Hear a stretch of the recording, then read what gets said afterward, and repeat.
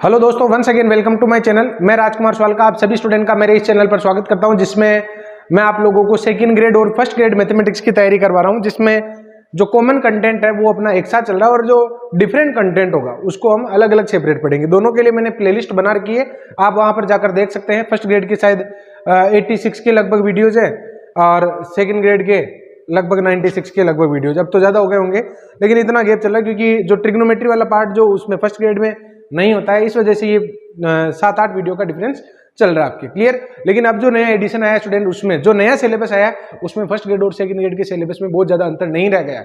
तो एक बेनिफिट है आप लोगों के लिए कि अगर आप सेकंड ग्रेड की तैयारी कर रहे हैं तो फर्स्ट ग्रेड की तैयारी भी आप उसी जो पैटर्न पर कर सकते हैं और बहुत अच्छा आप लोगों को इसमें रिजल्ट देखने को मिलेगा। तो स्टूडेंट, यहाँ पर आज मैं एक नया टॉपिक स्टार्ट करने वाला हूँ, निश्चित समाकलन, डेफिनेट इंटीग्रल। इससे पहले हमने अनिश्चित समाकलन पढ़ा था, जिसको 5 वीडियो में कंप्लीट किया था और जिस पर 2 शॉर्ट वीडियोस भी हैं। और उन शॉर्ट वीडियोस के माध्यम से मैंने आप लोगों को यह समझाया है कि डेफिनेट इंटीग्रल के क्वेश्चन को आसानी से कैसे किया जा सकता है, सॉरी इनडेफिनेट इंटीग्रल, अनिश्चित समाकलन के क्वेश्चन को बहुत आसानी से कैसे सोल्व करना चाहिए। तो स्टूडेंट, आज जो मैं टॉपिक लेने वाला हूं उसमें निश्चित समाकलन के बारे में हम बात करेंगे और जिसमें हम बेसिक फॉर्मूले और 25 के लगभग एग्जाम्पल लेंगे। तो स्टूडेंट, यहां पर मैं स्टार्ट करता हूं निश्चित समाकलन। देखिए आप लोग, हर एक फंडामेंटल को आपको ध्यान से समझना है। मैं कोशिश करूंगा कि उस फंडामेंटल का आपको उसी जगह एग्जाम्पल भी दे सकूं। क्लियर? तो क्योंकि समाकलन हम कर लेते हैं और उसके बाद लिमिट ही हमें लगानी होती है। तो स्टूडेंट, यहां पर देखो, समाकलन और निश्चित समाकलन में क्या फर्क है। देखो, समाकलन का मूलभूत प्रमेय a टू बी, निश्चित समाकलन का मूलभूत प्रमेय क्या है, a to B fx dx। तो सिंपल सी बात है कि जब आप इसको इंटीग्रेट करोगे तो कोई रिजल्ट आएगा। अब उस रिजल्ट में जो रिजल्ट आएगा ना इंटीग्रेशन के बाद में, उसमें आपको अपर लिमिट रखनी है, माइनस में लोअर लिमिट रखनी है। क्लियर? ये निश्चित समाकलन का क्या बेनिफिट है तो मैं आपको बता देता हूं कि स्टूडेंट, यहां पर अगर मान लो आपके पास ये एक्सिस है और मान लो ये कोई कर्व है, ये इस प्रकार से कोई कर्व है। अगर आपको यहां से लेके यहां तक का एरिया फाइंड करना हो ना, तो उसमें ये चीजें अपने काम आएगी, निश्चित समाकलन। इसमें आप लोग क्या करते हैं, क्योंकि जैसे ही अपने वृत्त होता है, दीर्घवृत्त होता है, अतिपरवलय होता है, आयत होता है, वृत्त होता है, आयत होता है, वर्ग होता है, त्रिभुज होता है, इनका क्षेत्रफल तो हम निकाल लेते हैं, लेकिन आडी टेढ़ी आकृतियों का क्षेत्रफल कैसे निकालें, तो इसके लिए हेल्प मिलती है हमें निश्चित समाकलन से। निश्चित समाकलन करता क्या है, उस पार्ट के अनंत छोटे छोटे टुकड़े कर देता है। इस प्रकार से अनंत छोटे छोटे टुकड़े कर देता है और वो टुकड़े इतने छोटे होते हैं कि हर एक छोटे से आयत का काम करती है और आयत के क्षेत्रफल का सूत्र तो हम जानते हैं। क्लियर? तो स्टूडेंट, यहां पर आप लोगों को बहुत ज्यादा डीप में जाना नहीं है, ये बातें तो मैं आपको वैसे भी जो नेक्स्ट टॉपिक है अपना क्षेत्रकलन, उसमें करने वाला हूं। तो स्टूडेंट, यहां पर आ जाइए आप, F B minus F A एक योगफल की सीमा के रूप में जो आपका सिस्टम है स्टूडेंट, इसको क्या है कि हम छोड़ देते हैं और बोर्ड एग्जाम में भी छोड़ देते हैं और आरपीएससी में भी छोड़ देते हैं। क्यों छोड़ देते हैं? हमें लगता है कि ये मेथड तो यूजलेस है और वास्तव में बात भी सही है कि जब डेफिनेट निश्चित समाकलन करना है तो निश्चित समाकलन के क्वेश्चन तो बहुत छोटे से हैं, इसकी क्या नीड है। लेकिन मैं आपको बात बता देता हूं कि जब भी आप किसी चीज को यूजलेस समझ लेते हो तो क्वेश्चन वहीं से ही निकल के आता है और उसकी एक स्टेप को इस तरीके से उलझाया जाता है कि आप समाकलन, निश्चित समाकलन का जो डायरेक्ट मेथड है वो नहीं करके यही करना पड़ता है और फिर आप सरेंडर हो जाते हैं। ये तो मामला गड़बड़ हो गया। तो देखिए फिर आप ध्यान से कि a to B fx dx है। देन यहां पर अगर आपको योगफल की सीमा के रूप में, यानी आप इसको ये भी कह सकते हैं, मूलभूत सिद्धांत भी कह सकते हैं निश्चित समाकलन का, principle method, limit h tends to 0, h f of a plus h, f of a plus 2h and so on, f of a plus nh, where a को हम लोअर लिमिट कहेंगे, b को हम अपर लिमिट कहेंगे और fx यहां पर ये जो दिया हो ये फंक्शन हो जाएगा और ये n जो होता है ना, n ये इंफिनिटी की तरफ टेंड करेगा। n क्या है? वो जो स्ट्रिप थी ना, छोटी छोटी पट्टिकाएं, उनकी संख्याएं। तो कितनी संख्याएं? अनंत संख्याएं। क्लियर? nh बराबर क्या है? b minus a। तो यहां पर जो आपके ये NH और ये जो सारे नोटेशन है वो मैंने आप लोगों को बता दिए। उम्मीद करता हूं कि आप लोगों को ये सिस्टम समझ में आ गया होगा। नहीं आया हो तो मैं इसका एक एग्जांपल ले रहा हूं ना, हालांकि उसका आंसर तो मैं एक लाइन में भी निकाल के बताऊंगा, लेकिन आपको पूरा फंडामेंटल समझना। क्लियर? अभी तो इस पर बेस्ड बहुत सारी प्रॉपर्टीज में बताने वाला हूं जिनसे एक्चुअल क्वेश्चन होने वाले। क्लियर? तो स्टूडेंट लास्ट तक आप लोगों को वीडियो देखना है, पूरी बातों को आपको ध्यान से सुनना है। और पहले ये फॉर्मूले, अभी जो मैं ये मेथड बताने वाला, इस मेथड पर एक क्वेश्चन बताने वाला हूं, उससे पहले आपको ये फॉर्मूले याद होने चाहिए। Summation of n into N plus one upon two, summation of n square n into N plus one two N plus one upon six, summation of n cube n into N plus one upon two का whole square. और one को अगर आप n time add करोगे तो obviously n आएगा। Clear? AP के n term का अगर सम चाहिए, a plus D, a plus to D and so on, n term का अगर सम चाहिए तो Sn का फॉर्मूला होगा n by two two a plus n minus one into D. Clear? ऐसे जीपी के अगर मान लो n पदों का आपको योग चाहिए तो Sn बराबर a इंटू आर की power n minus one upon में r माइनस वन। याद है आपको ये फॉर्मूले? नहीं है तो कर लो, पॉज करके याद कर लो। कोई भी बात मतलब आगे नहीं बढ़ानी भाई, काम पेंडिंग अगर रह जाता ना तो बहुत ज्यादा बर्डन बढ़ जाता। करना है तो कर लो, बस यही हो जाना चाहिए काम। एक क्वेश्चन ले रहा हूं मैं प्रिंसिपल मेथड पर, मैं आपको इसका डायरेक्ट आंसर भी बता देता हूं। हालांकि जब आप इसको सोल्व करोगे तो डेफिनेट इंटीग्रल से एक्स स्क्वायर का इंटीग्रेशन क्या हो गया, एक्स क्यूब बाई थ्री, और वन का क्या हो गया, एक्स।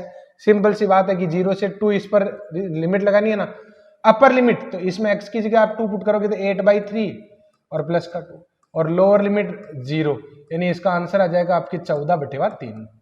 आंसर तो हमने बता दिया कि 14/3 है। अब स्टूडेंट हमें इसको प्रिंसिपल मेथड से सोल्व करना है। मेरा उद्देश्य आपको प्रिंसिपल मेथड से बड़े बड़े सवाल सोल्व कराने का नहीं है। मेरा उद्देश्य ये है कि इसकी स्टेप में उलझाएगा आपको, वो स्टेप आपको सीखनी है। क्लियर? तो देखिए यहाँ पर सबसे पहले हमें उसका फंडामेंटल पता होना चाहिए कि ये सिस्टम होता है a to B F x D X equal to this. ये स्टेप आपको लिखनी, फिर बाद में देखा जाएगा। तो स्टूडेंट यहाँ पर since a to B F x D X बराबर, ये फॉर्मूला हो जाएगा आपकी limit h tends to 0 F of a plus H F of a plus 2h and so on F of a plus nh। Clear? एक क्या, अच्छा देखो यहां पर इसकी नीड है h, F of a plus nh, मतलब एफ एक्स की नीड है सबसे पहले। तो देखिए यहां पर एफ एक्स क्या होगा, यहां पर एफ एक्स तो हो जाएगा आपके एक्स स्क्वायर प्लस वन, ए क्या हो जाएगा आपके 0, बी क्या हो जाएगा आपके 2, एनएच क्या हो जाएगा, एनएच ये हो जाएगा आपके B minus A, it means 2 हो जाएगा। क्लियर? अब इसका सॉल्यूशन मैं स्टार्ट करता हूं इस फॉर्मूले से। तो स्टूडेंट इस फॉर्मूले से अगर आप इसका सॉल्यूशन निकालोगे तो ये क्या आ जाएगा, देखो हमें दे रखा है 0 से 2 x square plus 1 d x, limit h tends to 0 और f x equals to x square plus 1। तो बताओ f of a plus h, a का मान तो 0 है, तो 0 प्लस एच, तो ये क्या आ जाएगा आपके एच स्क्वायर, पहले मैं ऐसे लिख देता हूं क्योंकि a की वैल्यू 0 है ना, तो F H F of 2h and so on F of NH। अब इसमें आप वैल्यू पुट कर दो तो ये आ जाएगा आपके limit h tends to 0 h F X equal to this, तो ये आ जाएगा आपके h स्क्वायर प्लस में 1, देन ये आ जाएगा आपके 2 square h square plus 1, then 3 square h square plus 1 and so on n square h square plus का 1। क्लियर? अब स्टूडेंट इसके बाद करनी होती है ग्रुपिंग, और वो ग्रुपिंग करनी होती है सिमेट्रिक, जो टर्म्स है उनको एक साथ लेना है। तो यहां पर आप लोग देखो limit h tends to 0, h की जगह 0 मत रख देना, नहीं तो फिर आंसर आएगा ही नहीं, 0 बनना दोगे पहले। तो फिर क्या करें, तो स्टूडेंट यहां पर आप लोगों को फर्स्ट जो टर्म है ना, ये जो फर्स्ट टर्म दिख रही है आपको, इन सबको एक साथ लेना। क्यों लेना है, क्योंकि इन सब में h स्क्वायर है, तो h स्क्वायर इन सब का कॉमन निकाल लेता हूं। तो अगर आप h स्क्वायर कॉमन निकालते हैं तो बचेगा क्या आपके 1 का स्क्वायर, 2 का स्क्वायर, 3 का square and so on n square. Clear? Then ये जो सेकंड टर्म है ना, ये 1 प्लस 1 प्लस 1 एंड 1, ये कितने पद हैं, ऑब्वियसली n पद है। क्लियर? अब स्टूडेंट यहां पर आप लोग देखो कि हमने जो फॉर्मूला लिखा था ना कि अगर समीशन ऑफ n स्क्वायर हो तो उसको आप n into N plus 1 2n plus 1 upon 6 लिख सकते हो ना।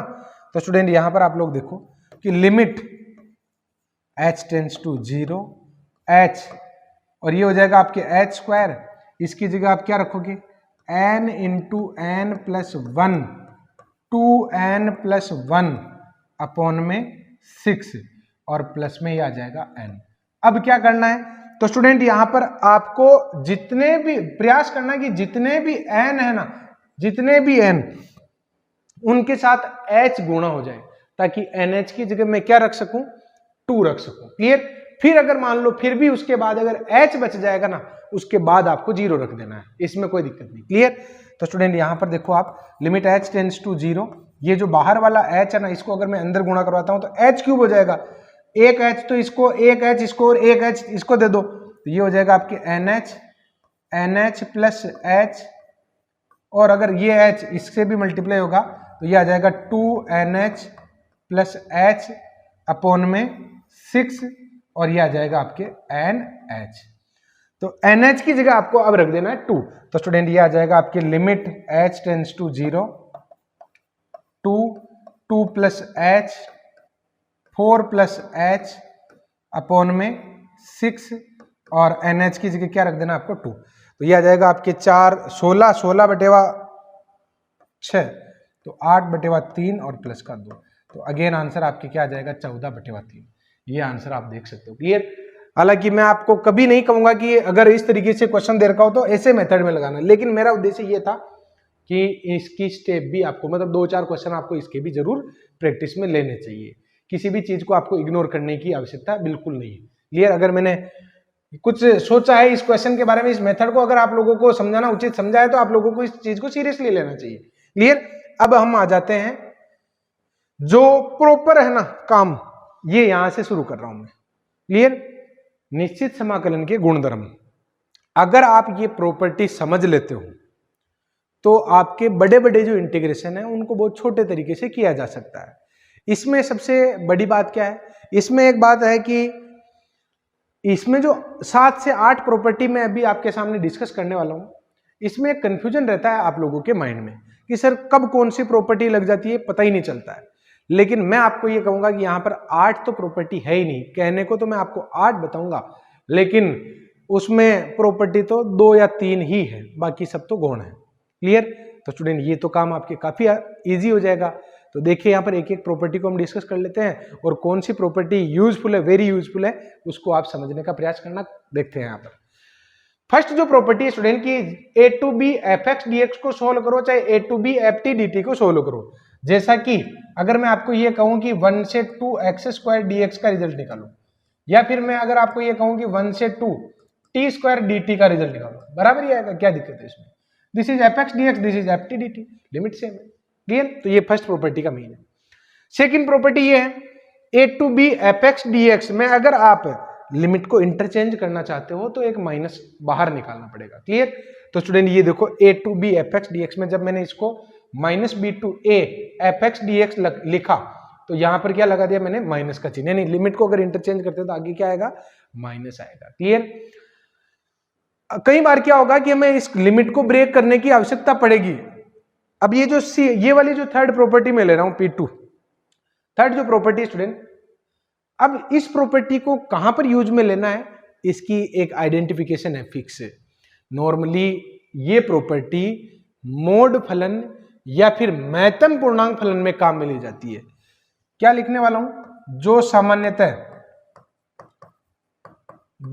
सामान्यतः मापांक व महत्तम पूर्णांक फलन में, महत्तम पूर्णांक फलन में काम में लेते हैं। और जगह भी ले सकते हैं, लेकिन ये तो आप आइडेंटिटी सीख ही लो। जब भी आपके फलन महत्तम पूर्णांक फलन में दे रखा हो, जब भी आपके मापांक लगा रखा हो, इंटीग्रेशन करना हो, समझ जाना कि प्रॉपर्टी थर्ड आपका इंतजार कर रही है। P2 का मतलब मेरी थर्ड प्रॉपर्टी से है। क्लियर ना। आप ऐसे चेंज कर सकते हैं, मैं ये नहीं कह रहा हूं कि कौन सी प्रॉपर्टी, वैसे आपको प्रॉपर्टी याद होनी चाहिए। और इस प्रॉपर्टी से क्या करोगे, देखो a to c f x D x दे रखा हो तो आप इसको a to B F x D x और b to c f x D x में ब्रेक कर सकते हैं। कैसे कि आपको इंटीग्रेशन करना है ए टू सी तक का, और आपको लगता है कि नहीं बीच में कोई एक ब्रेकर भी आ रहा है जहां पर फलन का जो व्यवहार है वो बदलता है। ब्रेकर ऐसा हो जहां पर फलन का व्यवहार बदलता हो। व्यवहार कैसे बदलता हो तो एग्जाम्पल बताएगा। क्लियर। तो स्टूडेंट आपको क्या करना, उस बिंदु पर उसको तोड़ देना है। ए टू बी के लिए अलग रिजल्ट निकाल लो और बी टू सी के लिए अलग निकाल लो। क्लियर? तो ये हो गई आपके थर्ड प्रॉपर्टी, वेरी इंपॉर्टेंट। पहली और दूसरी तो कोई प्रॉपर्टी है ही नहीं, इस प्रॉपर्टी को एक तो आप याद करोगे। एक नेक्स्ट जो प्रॉपर्टी है स्टूडेंट, ये हमेशा ही एप्लीकेबल है कि a to B F x D x का रिजल्ट निकालो, चाहे a to B f of a plus B minus x D x का रिजल्ट निकालो। कैसे? मैं छोटा सा सवाल लेता हूं, 0 to 1 या 1 से 2 एक्स डी एक्स, अगर मान लो इसको सरल करना हो तो एक्स स्क्वायर बाई 2 आएगा, जिस पर अगर आप लिमिट लगाते हो ना 1 से 2 तो ये आ जाएगा आपके 4 2 माइनस 1 बाई 2 यानी 3 बाई 2 आ जाएगा। क्लियर?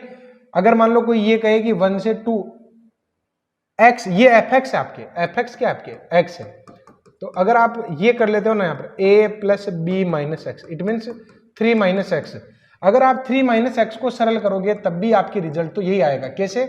ये आ जाएगा 3x माइनस का एक्स स्क्वायर बाई 2 और 1 से 2। जब इसमें आप अप्लाई करोगे तो 6 माइनस 2 और माइनस में 3 माइनस 1/2, तो 4 में से 2.5 जाएगा तो कितना रहेगा, 1.5 ही तो रहेगा, तो यह आंसर आ गया।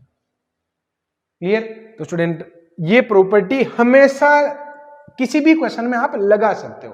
क्लियर? बस मेरी बात लगाएंगे हर एक में, इस बात को आप ध्यान से देख लेना, एक इंपॉर्टेंट रिजल्ट, हालांकि ये कोई प्रॉपर्टी नहीं है। और ये इसी का एक दूसरा रूप है कि एक की जगह अगर 0 आ जाए तो कोई दिक्कत नहीं, वो हो तो वही रहा है कि x replace by 0 plus a minus x. आगे बात समझे? प्रॉपर्टी आपकी मैं 3 में समेट दूंगा कि 3 ही है प्रॉपर्टी, कहने को तो 8 डिस्कस कर रहा हूं लेकिन 3 में समेट दूंगा और आपको कंफर्म करवाऊंगा हर एक क्वेश्चन में कि देखो ये इस प्रॉपर्टी से भी हो सकता है, इससे भी हो सकता है, इससे भी हो सकता है और सामान्य तरीके से भी हो सकता है। क्लियर? तो देखते रहिए, यहां पर जो बने रहेंगे वो सीखते रहेंगे, जो आते जाते रहते हैं बीच बीच में उनको तो फिर ज्यादा सीरियस नहीं लेना है। P5 वाली प्रॉपर्टी देखिए, ये वेरी इंपॉर्टेंट है। एक तो कौन सी हो गई, ये वाली, एक ये वाली प्रॉपर्टी। ये वाली जो प्रॉपर्टी है ना स्टूडेंट, इसको मैं फोर्थ प्रॉपर्टी कह रहा हूं और इसको मैं वेरी इंपॉर्टेंट नाम दे रहा हूं। ध्यान रहे, मैं दो प्रॉपर्टी की, एक तो P2 और एक P3 दोनों के बारे में कह रहा हूं कि ये वेरी इंपॉर्टेंट है। क्लियर? अब आ जाइए आप इस प्रॉपर्टी पर। वास्तव में P4, P5 और P6 और P7 भी ये अपने आप में कोई प्रॉपर्टी नहीं है, ये इसी के एक्सटेंशन है। अगर आप इन सभी प्रॉपर्टी को याद नहीं भी करते हो और अगर आप इसी का सहारा ले लेते हो तब भी आपका हर एक क्वेश्चन में काम होता रहेगा। क्लियर? तो स्टूडेंट ये तो बहुत आसान हो गया, तो P3 तो छोटी सी प्रॉपर्टी दिख रही है, तो फायदा है ना। देखो क्लियर, डिस्कस कर लेते हैं। Minus a2 plus a F x D x. जब भी आपको किसी भी फंक्शन को सोल्व करना हो, आपका ध्यान जाना चाहिए कि अगर limit minus a2 plus a type की है तो आपको निश्चित रूप से सम और विषम फलन की जांच कर लेनी चाहिए। इससे आपका बहुत ज्यादा फायदा रहने वाला है। कैसे? पहले तो प्रॉपर्टी ये कहती है कि minus a2 plus a F x D x है। अगर इसका इंटीग्रेशन करना है तो इसका इंटीग्रेशन या तो 0 होगा या फिर 2 बाहर आ जाएगा और लिमिट आधी हो जाएगी 0 to a F x D X. कब होगा? तो स्टूडेंट यहां पर जब सम फलन होता है ना तब तो लिमिट आधी होती है, और विषम फलन होता है तो लिमिट इसकी क्या हो जाती है, 0 हो जाती है। अब यहां पर आप लोग एक बार सम और विषम का कॉन्सेप्ट समझ लीजिए। अगर मैं आपको ये कहूं कि माइनस पाई बाई 2 से plus pi by 2 sine x D x, इसको सोल्व करना है, तो कोई क्या करेगा, इसको इंटीग्रेट ही कर देगा कि माइनस कोस एक्स और माइनस के पाई बाई 2 प्लस के पाई बाई 2, तो कोस पाई बाई 2 भी 0 होगा, कोस माइनस पाई बाई 2 भी 0 होगा और इसका आंसर आ जाएगा इसके 0। बिल्कुल सिंपल तरीके से किया, उसने कोई प्रॉपर्टी की परवाह नहीं करी, सीधा ही कर दिया। लेकिन प्रॉपर्टी की परवाह आपको करनी है। छोटे छोटे क्वेश्चन में परवाह मत करो, लेकिन जब बड़ा क्वेश्चन आएगा ना तो आपको परवाह करनी पड़ेगी। क्लियर? तो स्टूडेंट यहां पर आप लोग देखो कि ये एफ एक्स है, लिमिट इसकी minus a2 plus a type की है, तो एफ एक्स क्या है यहां पर, एफ एक्स है आपके पास साइन एक्स। तो स्टूडेंट यहां पर आप लोग देखो ना, x की जगह माइनस एक्स रखो, तो x की जगह माइनस एक्स रखोगे तो साइन माइनस एक्स आएगा, और साइन माइनस थीटा किसके बराबर होता है, माइनस साइन थीटा की। तो स्टूडेंट ये तो माइनस एफ एक्स हो गया ना, इसका मतलब साइन एक्स विषम फलन है। साइन एक्स क्या है, विषम फलन।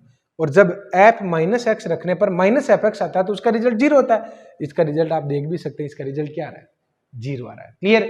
इसी जगह अगर कोस एक्स होता ना तो कोस पर यहाँ पर कोस माइनस एक्स आता और कोस पर प्लस माइनस का कोई प्रभाव नहीं पड़ता, तो वो क्या हो जाता है समफलन, और समफलन में आपके फायदा थोड़ा कम होता है लेकिन लिमिट आधी हो जाती है। क्लियर? तो सम और विषम का कॉन्सेप्ट समझ गए ना। बताओ देखिए एक्स सम है कि विषम है? X square x cube x की पावर 4, तो इसमें एक्स की जगह माइनस एक्स रखने पर ये वापस एक्स स्क्वायर ही बनेगा, तो ये सम होगा। इसमें एक्स की जगह माइनस एक्स रखने पर माइनस एक्स क्यूब हो जाएगा, तो ये आपके विषम हो जाएगा। क्लियर? और ये फिर से आपके क्या हो जाएगा सम हो जाएगा। आ गई बात समझ में? तो स्टूडेंट ये आपके कौन सा हो गया सम और विषम वाला कॉन्सेप्ट हो गया। ऐसे ही स्टूडेंट यहां पर हर प्रॉपर्टी का अपना यूज है। अब स्टूडेंट यहां पर मैं आगे बढ़ता हूं। नेक्स्ट जो प्रॉपर्टी है 0 to 2a fx dx, ये भी सम विषम टाइप की ही है। इसका भी क्या फायदा है आप लोग देखो, अगर मान लो आपको 0 से पाई साइन एक्स dx को सरल करना है, साइन एक्स dx को, और आपको लगता है कि यहां पर लिमिट को आधी करनी चाहिए, अगर आपको लगता है कि आपको पाई पर मान आता ही नहीं है तो आप लिमिट को आधी करना चाहते हो, मुझे पता है कि आपको आता है लेकिन फिर भी मैं कह रहा हूं कि आपको नहीं आता है, ऐसा मानो आप तो आपको क्या करना है स्टूडेंट, ये जो fx है ना, fx क्या है यहां पर साइन x है। क्लियर? तो स्टूडेंट यहां पर f of 2a minus pi minus x करके देखो आप, पाई माइनस एक्स क्यों करेंगे? तो स्टूडेंट प्रॉपर्टी ये कहती है कि 0 to 2a fx dx है ना, तो ये लिमिट क्या, दोनों लिमिट को जोड़ो कितने हो गए 2a, x replace by 2a minus X, अगर नो चेंज आता है तो 2 तो आगे आ जाएगा, लिमिट हो जाएगी आधी। क्लियर? और अगर माइनस fx आता है तो चेंज आएगा विषम, माइनस fx आता है तो रिजल्ट इसका क्या आएगा 0 आएगा। क्लियर?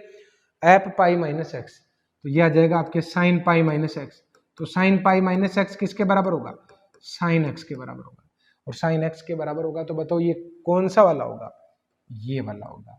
क्लियर? और अगर मैं आपको ये कहूं फिर इसको आप कैसे लिख सकते हो, 2 तो यहां लिख दो और 0 से पाई बाई 2 साइन एक्स dx। अब मैं यहां पर कह रहा हूं कि 0 से पाई कोस एक्स dx को अगर आपको सरल करना है। क्लियर? तो यहां पर स्टूडेंट इस fx को चेक करो, fx बराबर क्या हो गया आपके कोस एक्स, तो f of pi minus x क्या हो जाएगा कोस पाई माइनस एक्स, और कोस पाई माइनस एक्स होता है आपके माइनस कोस एक्स, तो स्टूडेंट ये आपके आंसर क्या देगा 0 देगा। आप सोल्व करके देख लो बोले इसका सिंपल मेथड से। आगे बात समझ में? तो स्टूडेंट कौन सी useful property P2 P3 and ये भी आप मान सकते हैं। क्लियर? तो स्टूडेंट ये 3 प्रॉपर्टी हो गई। अब मैं बढ़ता हूं आगे, जिस पर बेस्ड बोर्ड का फेवरेट क्वेश्चन रहता है, इस पर हमेशा ही पूछा जाता है, कभी इग्नोर ही नहीं करते हैं कि पूछ ही लो बस। क्लियर? तो देखिए फिर यहां पर a to b fx dx हो, लेकिन यहां पर एक x भी होता है। क्लियर? और वो x ऐसी प्रॉब्लम क्रिएट करता है कि fx का तो इंटीग्रेशन कर सकते हैं लेकिन x की वजह से इंटीग्रेशन नहीं हो रहा होता है, तो फिर आपको एक बेनिफिट लेना है, और वो बेनिफिट लेना है कि इसको आप ऐसे चेंज कर सकते हो, b माइनस ए अपॉन टू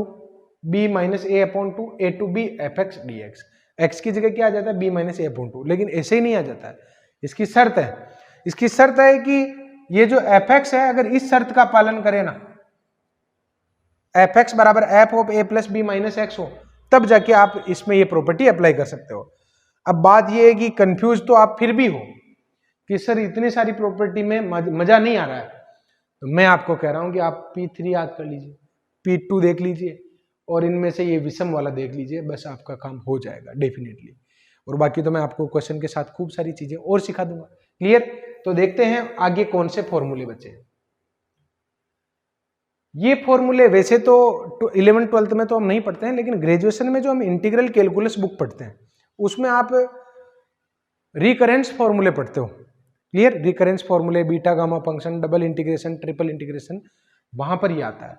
तो स्टूडेंट ये फॉर्मूले अगर आप यहां पर सीख लोगे ना तो आपके इंटीग्रेशन में काफी सुविधा यही हो जाएगी, क्योंकि ग्रेजुएशन में इंटीग्रल कैलकुलस हमें पढ़नी है, तो जब पढ़नी है तो कुछ फायदा यहां पर भी ले लेते हैं ना उसका।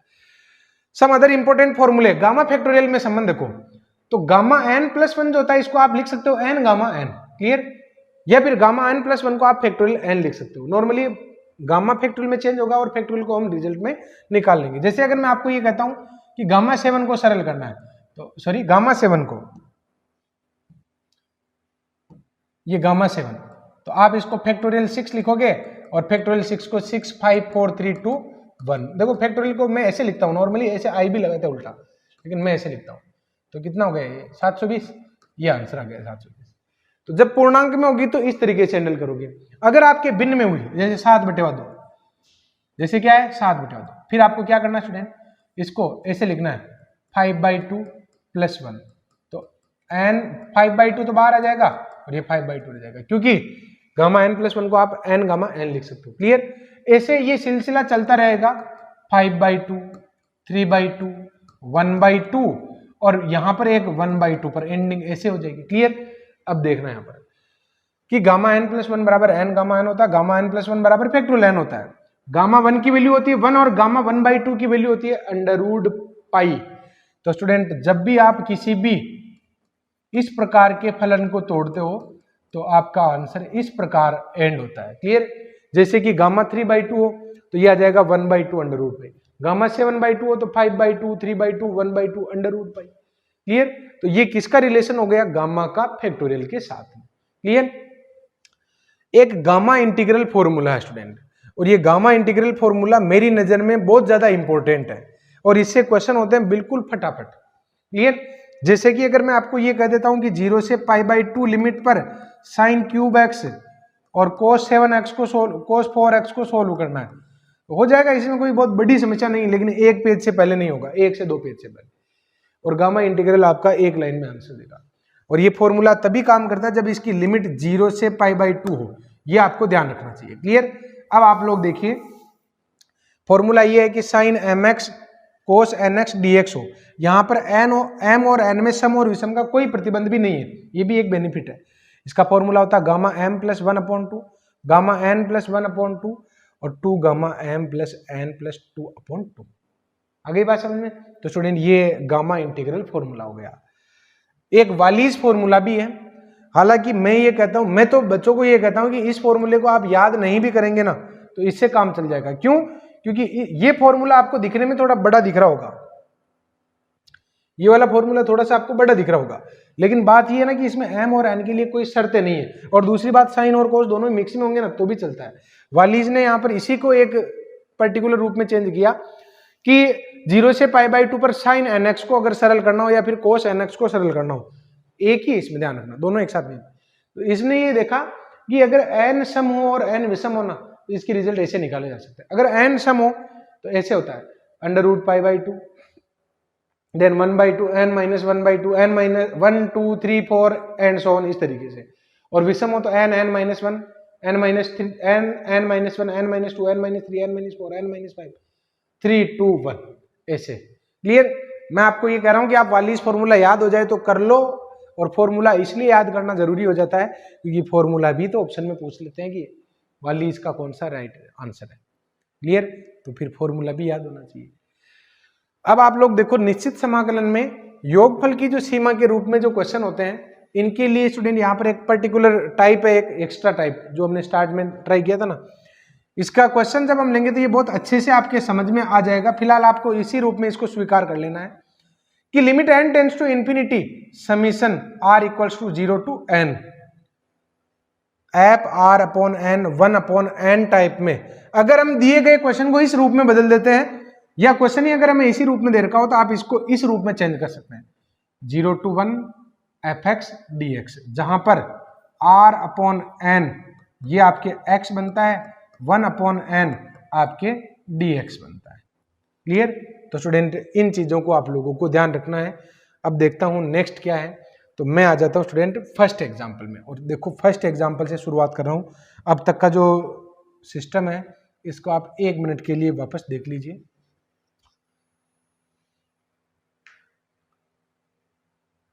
फंडामेंटल है और योगफल की सीमा के रूप में है। देन ये फॉर्मूले हैं आपके सामने। देन एक क्वेश्चन को मैंने डिटेल में करवाया, लेकिन इसकी संभावना, इसको जब भी ट्राई करेंगे जब इस क्वेश्चन में पर्टिकुलर इसी टाइप में अपने को उलझाना चाहेगा। देन इसके बाद ये प्रॉपर्टीज है, P3 वेरी इंपॉर्टेंट है, ये एक छोटा सा इसका रूप है। आपको P4 वाली तो 100% याद रखनी है, सब में लगती है, ये सभी का अल्टरनेट है, ये सभी याद नहीं होगी, ये याद होगी तो भी काम चल जाता है। गामा इंटीग्रल फॉर्मूला, गामा और फैक्टोरियल का relation. Gamma integral formula sine m x D x cos n x D x then gamma m plus 1/2 gamma n plus 1/2 2 gamma m plus n plus 2/2 clear. और ये वाली इस formula और निश्चित समाकलन में योगफल का रूप क्लियर। अब ले रहा हूं मैं फर्स्ट एग्जांपल। तो स्टूडेंट फर्स्ट एग्जांपल है -1 से 2 इसकी लिमिट दे रखी है, mode of x upon x को हमें सोल्व करना है। मैं आपको कह रहा हूं कि जब भी आपको डेफिनेट इंटीग्रल में मापांक फलन और महत्तम पूर्णांक फलन दिया होगा आपको उसकी लिमिट को ब्रेक करना होगा। और कहां पर ब्रेक करना है, एक सिंपल सा एग्जाम्पल आपके सामने है, बिल्कुल ध्यान से देखेंगे। ये जो लाइन दे रखी ये दे रखा आपको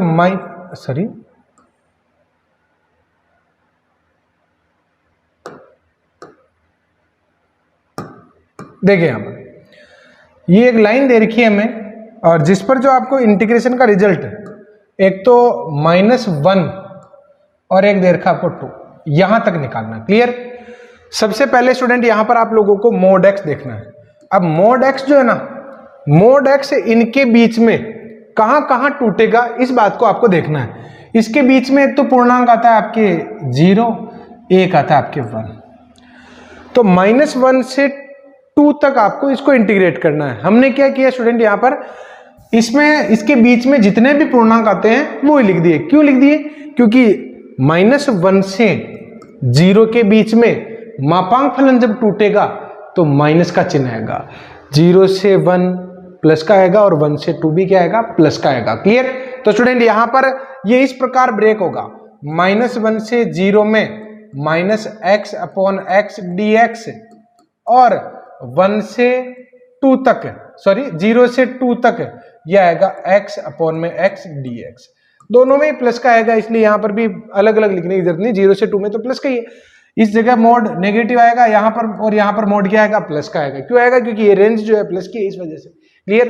तो स्टूडेंट यहां पर आपका क्वेश्चन तो बहुत आसान था, लेकिन स्टेप यही इंपॉर्टेंट थी, -1 इंटू डी एक्स और यह आ जाएगा 0 to 2 और 1 dx क्लियर। तो -1 को मैं कर देता हूं बाहर और यह आ जाएगा 0 और -1 से 0 इसकी लिमिट, इसका हो जाएगा x और 0 से 2 इसकी लिमिट। तो माइनस का चिन्ह 0 माइनस लोअर लिमिट और यह आ जाएगा 2 - 0। तो -1 प्लस का 2 और आंसर आ जाएगा इसका 1, जो आपके इस ऑप्शन में दे रखा है। मापांक फलन के बारे में आपको यह ध्यान रखना है क्लियर। लिमिट टूटेगी, कहां टूटेगी, जिस बिंदु पर वो चेंज होगा उस बिंदु पर टूटेगी। नॉर्मली आप ये समझ सकते हैं कि ये जो रिजल्ट है ना, इनके -1 से +2 के बीच में कितने पूर्णांक के मान प्राप्त किए जा सकते हैं, तो 0 और 1। तो 0 और 1 ब्रेकर थे, तो -1 से 0 तक नेगेटिव बिहेव है, 0 से 2 तक पॉजिटिव है क्लियर। अब स्टूडेंट यहां पर आगे आ जाइए आप। सेकंड जो क्वेश्चन दे रखा है इसमें -4 से +4 लिमिट दे रखी है।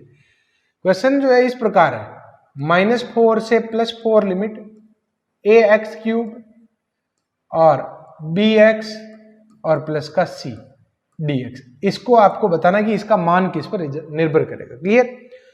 अच्छा स्टूडेंट यहां पर आप लोग देखो ना, ये जो एक प्रॉपर्टी थी अभी हमने -a2 + a लिमिट हो और fx dx हो, ये प्रॉपर्टी आपकी इस प्रकार थी कि इसकी लिमिट या तो 2 बाहर आ जाता है और लिमिट आधी हो जाती है, fx dx लिखा जाता है।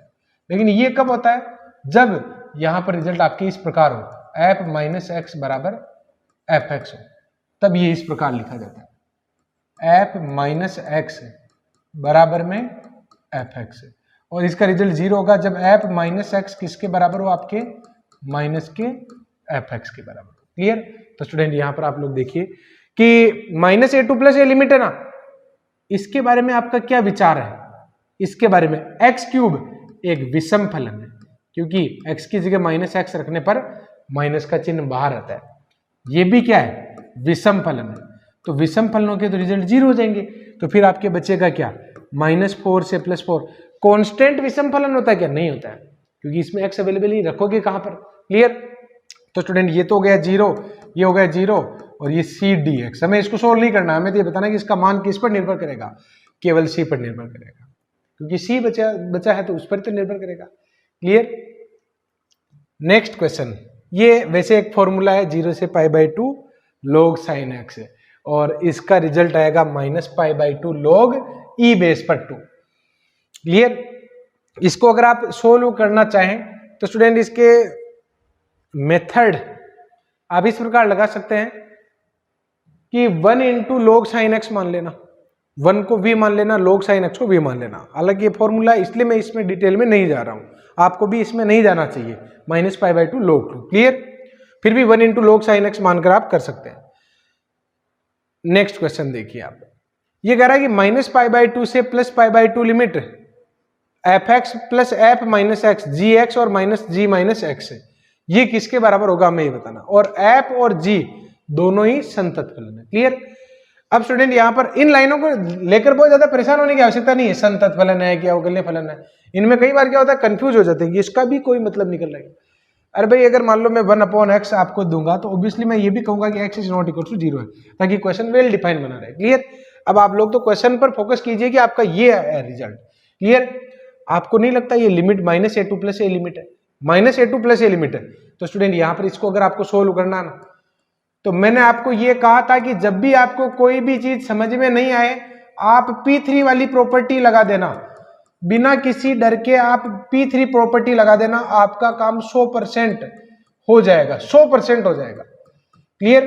तो स्टूडेंट यहाँ पर P3 वाली जो प्रॉपर्टी है जिसको फोर्थ प्रॉपर्टी कहते हैं, उसके लिए आपको क्या करना पड़ता है, गिवन क्वेश्चन को तो I बराबर मान लेना है। अब इसमें लगानी है फोर्थ प्रॉपर्टी, और फोर्थ प्रॉपर्टी क्या कहती है, या तो सम विषम की जांच कर लो, उसमें कोई फर्क नहीं पड़ रहा है, और फोर्थ प्रॉपर्टी भी मैं ये इसकी बात कर रहा हूं, ये फोर्थ प्रॉपर्टी और सम विषम की जांच करो तो भी कोई दिक्कत वाली बात नहीं, क्लियर। तो फोर्थ प्रॉपर्टी ज्यादा बढ़िया रहती है, क्योंकि ये जो रिजल्ट है ना ये इसी में से निकल के आए। तो स्टूडेंट मैं P3 वाली जो प्रॉपर्टी है वो लगा रहा हूं, और आप लोग देखिए यहां पर क्या आएगा, इसमें x को आप किससे रिप्लेस करोगे, a plus b minus x, it means x replace by -x कर दो, तो ये आपके रिजल्ट इस प्रकार आ जाएगा, -k π/2 से +k π/2 f of -x plus में f ऑफ x, और ये आ जाएगा आपके g ऑफ -x और माइनस का g of x dx, clear. अब स्टूडेंट यहां पर आप लोग देखो, इसमें तो ये मामला ठीक है, इसको तो आप इक्वेशन फर्स्ट दे दो, लेकिन इसमें आप लोग देखो gx और -g-x, इसमें g-x और gx दे रखा है, क्लियर। तो स्टूडेंट यहां पर ठीक है, मैं ये कह रहा हूं कि इसमें से हम माइनस कॉमन निकाल लेते हैं, क्लियर। तो स्टूडेंट ये आपके इस प्रकार बन जाएगा, I इक्वल्स टू -π/2 से +π/2 लिमिट, और ये आ जाएगा f ऑफ -x प्लस में f ऑफ x, और माइनस अगर मैं कॉमन निकालता हूं तो वो माइनस आप यहां पर लगा दो, और ये आ जाएगा आपके gx और माइनस में g-x dx। ये इक्वेशन आपके सेकंड हो गई। जब जब आप फोर्थ प्रॉपर्टी लगाओगे, और फोर्थ प्रॉपर्टी इस सिस्टम से बनती है कि a रिप्लेस करा दो आप, x रिप्लेस करा दो आप a plus b minus x से, आपको क्या करना है, समीकरण 1 और 2 को जोड़ना है, तभी फोर्थ प्रॉपर्टी का फायदा मिलेगा, अदरवाइज नहीं मिलेगा, क्लियर। तो स्टूडेंट आप अगर फर्स्ट और सेकंड इक्वेशन को जोड़ते हो तो 2i बराबर 0 हो गया, क्यों हो गया, क्योंकि ये रिजल्ट सेम है ऊपर, तो ये माइनस का और प्लस का कट जाएगा, तो i का आंसर क्या आ गया, 0 आ गया। तो स्टूडेंट हमें i तो निकालना था कि i का आंसर क्या आएगा, तो i बराबर आपके 0 आ गया, जो आपके फर्स्ट ऑप्शन में दे रखा है, क्लियर। तो स्टूडेंट यहाँ पर कोई संतता का इसका कोई डीपली अपने मीनिंग निकला क्या, कोई सेंस नहीं इसका, है ना, तो परवाह नहीं करनी। अब आ जाइए आप नेक्स्ट क्वेश्चन, √cot x, इसका मैं आपको शॉर्टकट भी बताने वाला हूं, इस टाइप के क्वेश्चन को आप कैसे कर सकते हो। फोर्थ प्रॉपर्टी क्या है कि अगर मान लो कोई भी आपको फंक्शन दे रखा है a to b fx dx, तो आप इसमें बिना किसी हेजिटेशन के ऐसे चेंज करवा सकते हैं, a plus B minus x dx, ये वाला चेंज करवा सकते हैं, क्लियर। अब स्टूडेंट ये जो क्वेश्चन दे रखा है इसको तो आप i मान लो, यही कह दो, ये तो हो गई आपके समीकरण 1। अब मैं इसमें x को रिप्लेस करवा देता हूं a plus B minus x से, तो अब आपके i क्या बन जाएगा स्टूडेंट, 0 से π/2 लिमिट, कोट 90 माइनस एक्स क्या बन जाएगा आपके 10x बन जाएगा, क्लियर। और नीचे ये कोट x आपके क्या बन जाएगा, ये 10x बन जाएगा, और 10 90 माइनस एक्स क्या बन जाएगा आपके कोट एक्स बन जाएगा। क्लियर, ये समीकरण 2। और मैंने क्या कहा, जब भी ये प्रॉपर्टी लगाओगे आपको 1 और 2 को जोड़ना है, तो 2i इक्वल में 0 से π/2 लिमिट। क्या आपको नहीं लगता दोनों का एलसीएम सेम हो गया? तो दोनों का एलसीएम सेम हो गया तो फिर दोनों को एक ही जगह लिख दो ना, अंडर रूट में tan x plus under root में कोट x, और इधर आ जाएगा आपके अंडर रूट में कोट x प्लस में अंडर रूट में tan x dx। तो ये आपके इसको काट देगा और आपके 2i बराबर आ जाएगा x 0 से π/2 लिमिट, और i बराबर आ जाएगा 2i बराबर आ जाएगा π/2, और i का मान आ जाएगा आपके π/4। अब इसकी ट्रिक मैं आपको बताता हूं। अगर आपको लगता है कि ये फलन जो है समीकरण एक मतलब न्यूमरेटर दोनों का सेम रहेगा, डिनोमिनेटर दोनों का सेम रहेगा, न्यूमरेटर में कोड था, अब समीकरण 2 में ऊपर tan आ जाएगा। अंश और हर की बात कर रहा हूं, हर तो बना रहे वो का वही, और अंश में वो चेंजेस और निकल के आ जाए जो नीचे कम पड़ रहे थे, उस स्थिति में आंसर होगा आपके a प्लस बी अपॉन 2, यानी 0 प्लस π/2 अपॉन 2, π/4 डायरेक्ट आंसर लगा सकते हो। क्लियर? ये जो क्वेश्चन है वैसे तो ये P7 वाली प्रॉपर्टी से किया जाना चाहिए, लेकिन मैं कह रहा हूं कि इतनी सारी प्रॉपर्टी याद होती नहीं, कंफ्यूज हो जाते हैं। आप हमेशा फोर्थ प्रॉपर्टी अप्लाई कर दीजिए, फोर्थ प्रॉपर्टी आपका काम बिल्कुल इजीली कर देगी। तो मैं इसको i बराबर लिख देता हूं, ये समीकरण आपकी हो गई 1। क्लियर? देन मैं यहां पर x को किससे रिप्लेस करूंगा, x रिप्लेस बाई a। आप मोड और महत्तम पूर्णांक फलन की परवाह करो केवल, उसके अलावा फोर्थ प्रॉपर्टी हर जगह फोर्थ प्रॉपर्टी। यह आएगा i equals to 0 to pi limit and pi minus x sine pi minus X upon में 1 plus cos square pi minus x dx। Clear? तो ये आ जाएगा स्टूडेंट आपकी i बराबर 0 से pi limit pi minus x sine x upon में 1 plus cos square x, क्योंकि साइन पाई माइनस एक्स तो साइन एक्स होता है, cos pi minus x minus cos x होता है, लेकिन होल स्क्वायर की वजह से वो प्लस में चेंज हो जाएगा। ये समीकरण हो गई आपके 2। अब मैंने आपको क्या कहा कि जब भी आप फोर्थ प्रॉपर्टी लगाओगे आपको समीकरण 1 और 2 को हमेशा ही जोड़ना है, तो फिर यहां पर आपको ऐड करना चाहिए। इक्वेशन फर्स्ट और इक्वेशन सेकंड को अगर आप जोड़ देते हो तो 2i इक्वल में 0 टू पाई, तो इसकी लिमिट हो गई। क्लियर? दोनों का एलसीएम सेम है तो एलसीएम को एक जगह लिख दो आप, 1 प्लस कोस स्क्वायर एक्स, ये तो है आपके एक्स साइन एक्स, और ये क्या है पाई minus x sine x. Clear? और dx। तो स्टूडेंट यहां पर 2i इक्वल में 0 टू पाई लिमिट, और ऊपर आपके x से x कट जाएगा, बचेगा क्या पाई साइन एक्स अपॉन में 1 plus cos square x dx। सोचो स्टूडेंट, अगर यहां पर x नहीं होता, तो आप बिल्कुल सिंपल तरीके से भी इसका इंटीग्रेशन कर सकते थे। कोस x को t मान लो, उसका डेरिवेटिव ऊपर मिल जाता। यहां पर ये x जो है ना, ये इंटीग्रेट नहीं होने दे रहा है, अब आपने इस x को गायब कर दिया है। क्लियर? तो स्टूडेंट यहां पर i बराबर, मैं इसको क्या कर लेता हूं, अब इंटीग्रेशन करने के लिए मैं लेट कर लेता हूं इसको, और मैं यहां पर लेट कर रहा हूं कोस x को t, late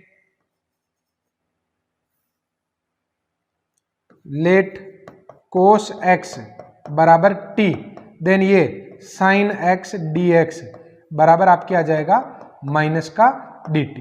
limit, corresponding limit भी चेंज होगी कि जब x बराबर 0 है तो x का मान यहां पर 0 रखोगे तो t बराबर आपके क्या आ जाएगा 1 आ जाएगा, और जब x बराबर पाई है तो t का मान कितना आएगा, तो कोस पाई कितना होता है साइन 90, तो -1 हो जाएगा। क्लियर? तो करस्पॉन्डिंग इसकी लिमिट भी आपके चेंज हो गई।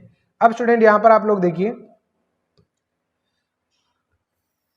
नेक्स्ट जो इसका सॉल्यूशन है, इसमें मैं यहां पर पुट कर देता हूं, देखो 2i इक्वल में पाई और -1 टू -1 लिमिट है, 1 लोअर लिमिट और -1 अपर लिमिट, और ऊपर आ जाएगा आपके साइन x dx की जगह मैं रख देता हूं माइनस का dt, और ये आ जाएगा आपके 1 प्लस टी स्क्वायर। क्लियर? तो स्टूडेंट यहां पर ये आ गया आपके i इक्वल में पाई बाई 2 और माइनस का चिन्ह b, यहीं एडजस्ट कर दो, माइनस का पाई बाई 2 और इसका हो जाएगा आपके टेन इनवर्स टी और 1 से -1 इसकी लिमिट, तो माइनस का पाई बाई 2 और ये बन जाएगा आपके टेन इनवर्स -1 और माइनस में टेन इनवर्स 1। ये वैल्यू हम यहाँ पर पुट कर रहे हैं, तो माइनस का पाई by 2 tan inverse minus x किसके बराबर होता है, माइनस टेन इनवर्स एक्स, तो ये माइनस पाई बाई 4 हो जाएगा, ये भी माइनस पाई बाई 4 हो जाएगा, तो minus pi by 2 multiply by minus pi by 2 pi square by 4 इसका आंसर है। तो स्टूडेंट यहाँ पर आप लोग अगर ये कहते हो कि सर ये तो काम ही थोड़ा भारी पड़ गया, इतना बड़ा भी सॉल्यूशन करना पड़ता है क्या, तो बात तो ये है कि प्रैक्टिस करने से ही इजी होता है, चीजें जो है प्रैक्टिस के बिना इजी नहीं हो सकती है। लेकिन फिर भी कुछ हिंट है कि अगर मान लो क्वेश्चन इस स्टेप में है, जैसे इसको आप सोल्व कर रहे हो, तो न्यूमरेटर अगर मान लो सॉरी हर जो है अगर आपकी समान है तो आप डायरेक्ट बता सकते हो कि a प्लस बी बाई 2 यानी पाई बाई 2 और पाई बाई 2, तो ये आ जाएगा आपके पाई स्क्वायर बाई 4। क्लियर। लेकिन हर जगह आप ट्रिक नहीं लगा सकते हो, इस क्वेश्चन में आप ट्रिक का बहुत आसानी से यूज नहीं कर सकते हो, एक कंफ्यूजन सा क्रिएट हो जाता है। तो आपको इसी तरीके से रास्ते रास्ते पर चलना चाहिए, क्योंकि जिसका इमेजिनेशन पावर अगर स्ट्रॉन्ग हो जाता है तो वो इक्वेशन फर्स्ट और सेकंड को तो इमेजिन करता है, डायरेक्ट वो ये वाली स्टेप लिखता है, कौन सी वाली, ये वाली, और इसको इंटीग्रेट कर लेता है। क्लियर। अब मैं बढ़ता हूं आगे। अब आप 7th एग्जांपल देखिए कि पाई बाई 4 से 3 पाई बाई 4 इसकी लिमिट दे रखी है और phi upon 1 plus sine phi दे रखा है, x upon 1 plus sine x. जैसे देखो आप इसको फाई संकेत देखकर कंफ्यूज हो जाते हैं कि अच्छा ये कहीं कांस्टेंट तो नहीं है, x upon 1 plus sine x dx को अगर इंटीग्रेट करना होगा तो स्टूडेंट यहां पर अगर ये फाई नहीं होता ना तो मैं इसको इजीली इंटीग्रेट कर देता। जब आपको किसी भी प्रॉपर्टी के बारे में कोई आइडिया नहीं हो, फोर्थ प्रॉपर्टी लगा दो, P3 वाली जो है फोर्थ प्रॉपर्टी में उसको कहता हूं। क्लियर। और उससे 101% आपका आंसर आएगा, 100% आएगा। क्लियर। तो स्टूडेंट सबसे पहले आप लोगों को क्या करना चाहिए, इसको आई मान लेना चाहिए। ये तो हमने क्या मान लिया, आई, और इसको इक्वेशन दे रहा हूं मैं फर्स्ट। देन इक्वेशन फर्स्ट में फाई को आप किससे रिप्लेस करवाओगे, ए प्लस बी और माइनस फाई। इट मीन्स ये हो गए आपके पाई माइनस फाई से।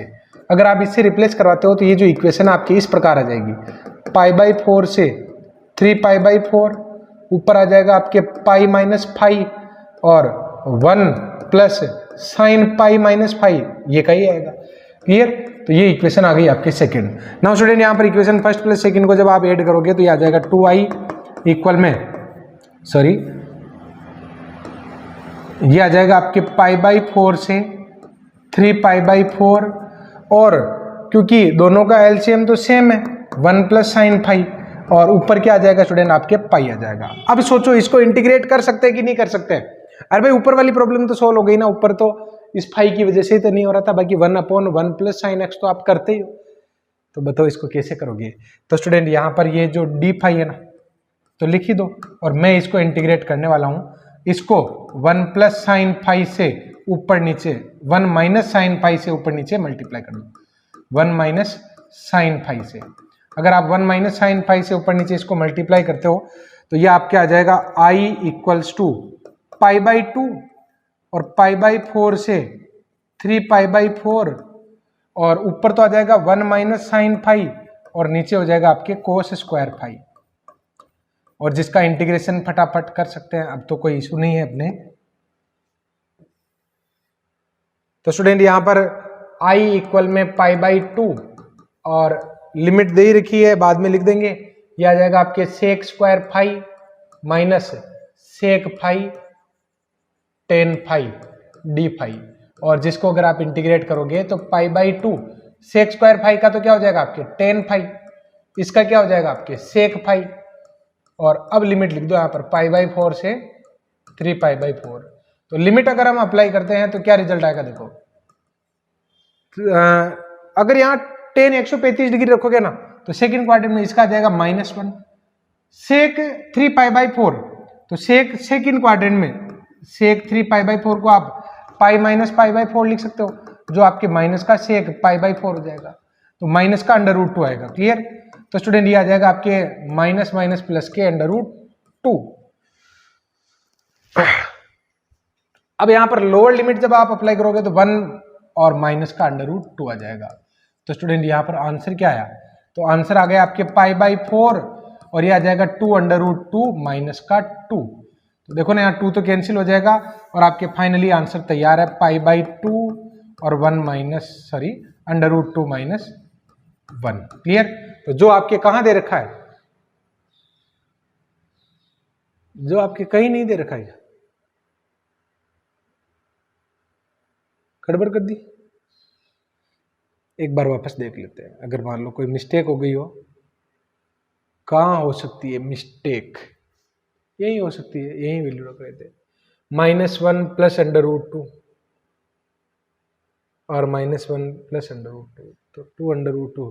देखो मैंने गलती क्या करी, इस π/2 को धीरे धीरे π/4 कर दिया। क्लियर? ये अब यहाँ पर ये पाई नहीं बचेगा क्योंकि 2 तो अंदर चला गया ना। ठीक है, अब कैलकुलेशन ठीक कर दी मैंने। π√2 माइनस में 1, ये इसका आंसर आ जाएगा। क्लियर? आगे बढ़ते हैं, नेक्स्ट क्वेश्चन। इंटीग्रेशन तो पॉसिबल नहीं इसका, सिंपल इंटीग्रेशन तो, लेकिन प्रॉपर्टी से हो जाएगा। कौन सी प्रॉपर्टी? क्या मोड है, क्या महत्तम पूर्णांक फलन है? अगर वो होता तो फिर भी हम थर्ड प्रॉपर्टी P2 वाली जो है उस पर फोकस करते। यहाँ पर कौन सी प्रॉपर्टी लगेगी? P4 वाली।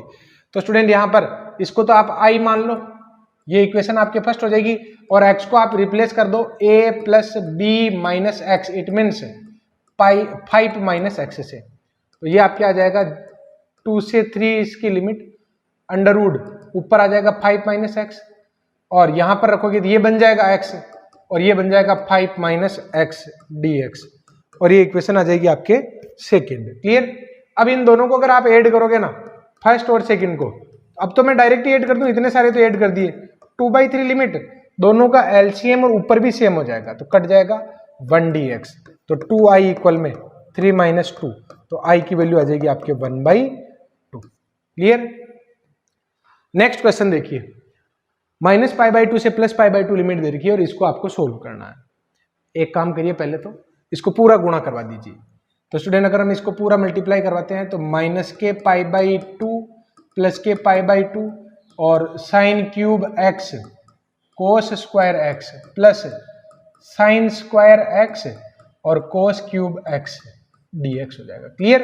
अब आप सम और विषम की जांच कर लो, क्योंकि -a से +a लिमिट दे रखी है तो x की जगह -x रखोगे तो कोस -x, तो कोस पर तो प्लस माइनस का कोई प्रभाव पड़ता ही नहीं है। साइन -x बराबर क्या होता है? Minus sine x। क्लियर? तो साइन क्यूब x बराबर साइन क्यूब माइनस को बाहर कर देगा।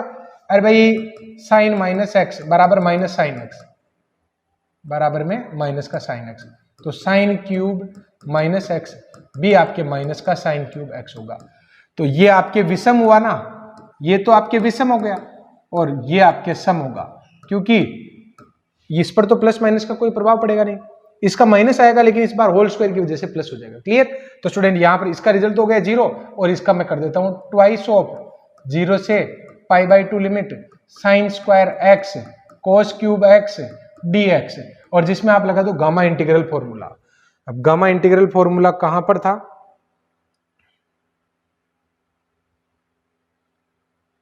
ये रहा गामा इंटीग्रल फॉर्मूला, आप देख सकते हैं इजीली।